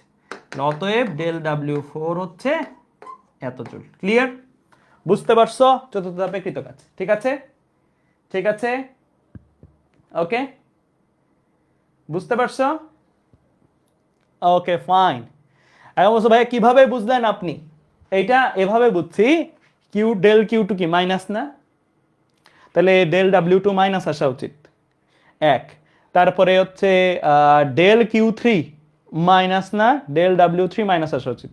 ডেল কিউ ফোর প্লাস না, ডেল ডাব্লিউ ফোর প্লাস আসা উচিত। মানে কমন সেন্স অ্যাপ্লাই করছে আর কি, ঠিক আছে। এমন না যে মানে একদম এক্স্যাক্টলি, বাট এই এরকমই হওয়ার কথা, নাহলে দেখবা যে অনেক উলট পালট মান আসতেছে, ঠিক আছে। অ্যান্ড এই ম্যাথগুলো তো আমি অনেক আগে করছি, সো যতটুকু আমার স্মরণে আছে ওইখান থেকে, বুঝছো? লিখছো? লিখা হইলে বলিও, লিখা হইলে বলিও, ঠিক আছে। আচ্ছা, এবার এই পর্যন্ত যদি লেখা হয়ে থাকে তাহলে আমরা একটা কাজ করব, আমাদের প্রথম পার্ট কিন্তু ডান, ডেল ডাব্লিউ ফোর বের করতে বলছে, এটা আমি বের করে ফেলছি, কত আসছে 765 জুল। এবার পরের ধাপটা, এই আবর্ত পদ্ধতির দক্ষতা কত বের করতে, এই আবর্ত পদ্ধতির দক্ষতা কত বের করতে, দেখি তোমরা বলতে পারো কিনা। তোমরা করতে পারা উচিত, এটা এটা তোমরাই করতে পারা উচিত, আমার বলা লাগবে না, এটা তোমরাই করতে পারা উচিত। 2 নাম্বারটা বলো, 2 নাম্বারটা কি হওয়া উচিত, ইটা বা দক্ষতা। হ্যাঁ, ইটা বা দক্ষতা, দক্ষতার সূত্র হচ্ছে কি কৃত কাজ বাই গৃহীততা, পড়াইছি না যে ডাব্লিউ বাই কিউ ওয়ান, পড়ছিলা তো তাই না। ডাব্লিউ মানে কি আসলে, ডাব্লিউ মানে পুরো প্রক্রিয়া জুড়ে যতগুলা স্টেপ ধরেই হোক না কেন, পুরো প্রক্রিয়া জুড়ে কৃত কাজ কত সেটা। আর ডেল কিউ ওয়ান মানে কি, ডেল কিউ ওয়ান মানে পুরো প্রক্রিয়া জুড়ে গৃহীত তাপ কত, পুরো প্রক্রিয়া জুড়ে গৃহীত তাপ কত, তাই না। তাহলে কৃত কাজ বাই গৃহীত তাপ, তো কৃত কাজ মিন্স কি, আমার সবগুলা ডাব্লিউ এর যোগফল, সবগুলা ডাব্লিউ এর যোগফল, মানে এই জিনিসটা বসাইতে হবে ওখানে, ডেল ডাব্লিউ ওয়ান যোগ ডেল ডাব্লিউ, এগুলো একটু মুছে ফেলি, দরকার নাই আমার।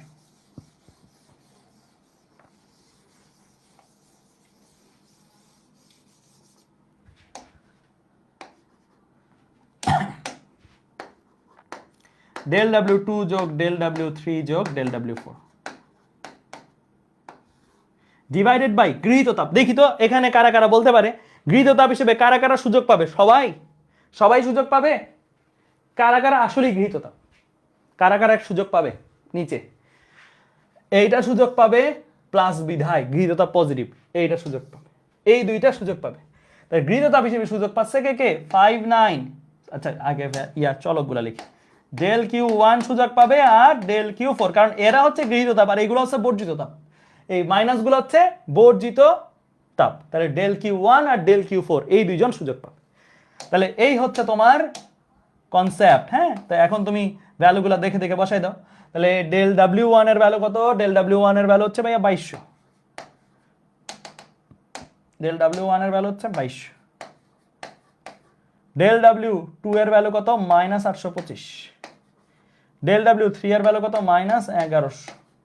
ডেল W4 এর ভ্যালু মাত্র বের করছো 765। 765, ঠিক আছে। তাহলে W গুলা লিখে ফেলছো। সেম ওয়েতে তুমি এবার কিউ গুলা লিখে ফেলবা, ঠিক আছে। কিউ গুলা লিখে ফেলো। কিউ গুলা কে কে? 5960 সুযোগ পাবে। আর কে সুযোগ পাবে? ডেল Q4 3645 সুযোগ পাবে। 3645 সুযোগ পাবে। তাহলে দেখো কত আসে, দেখো কত আসে, দেখো।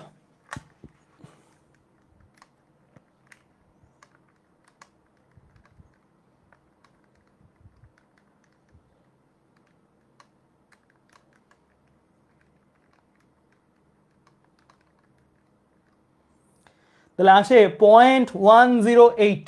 0.108 এত।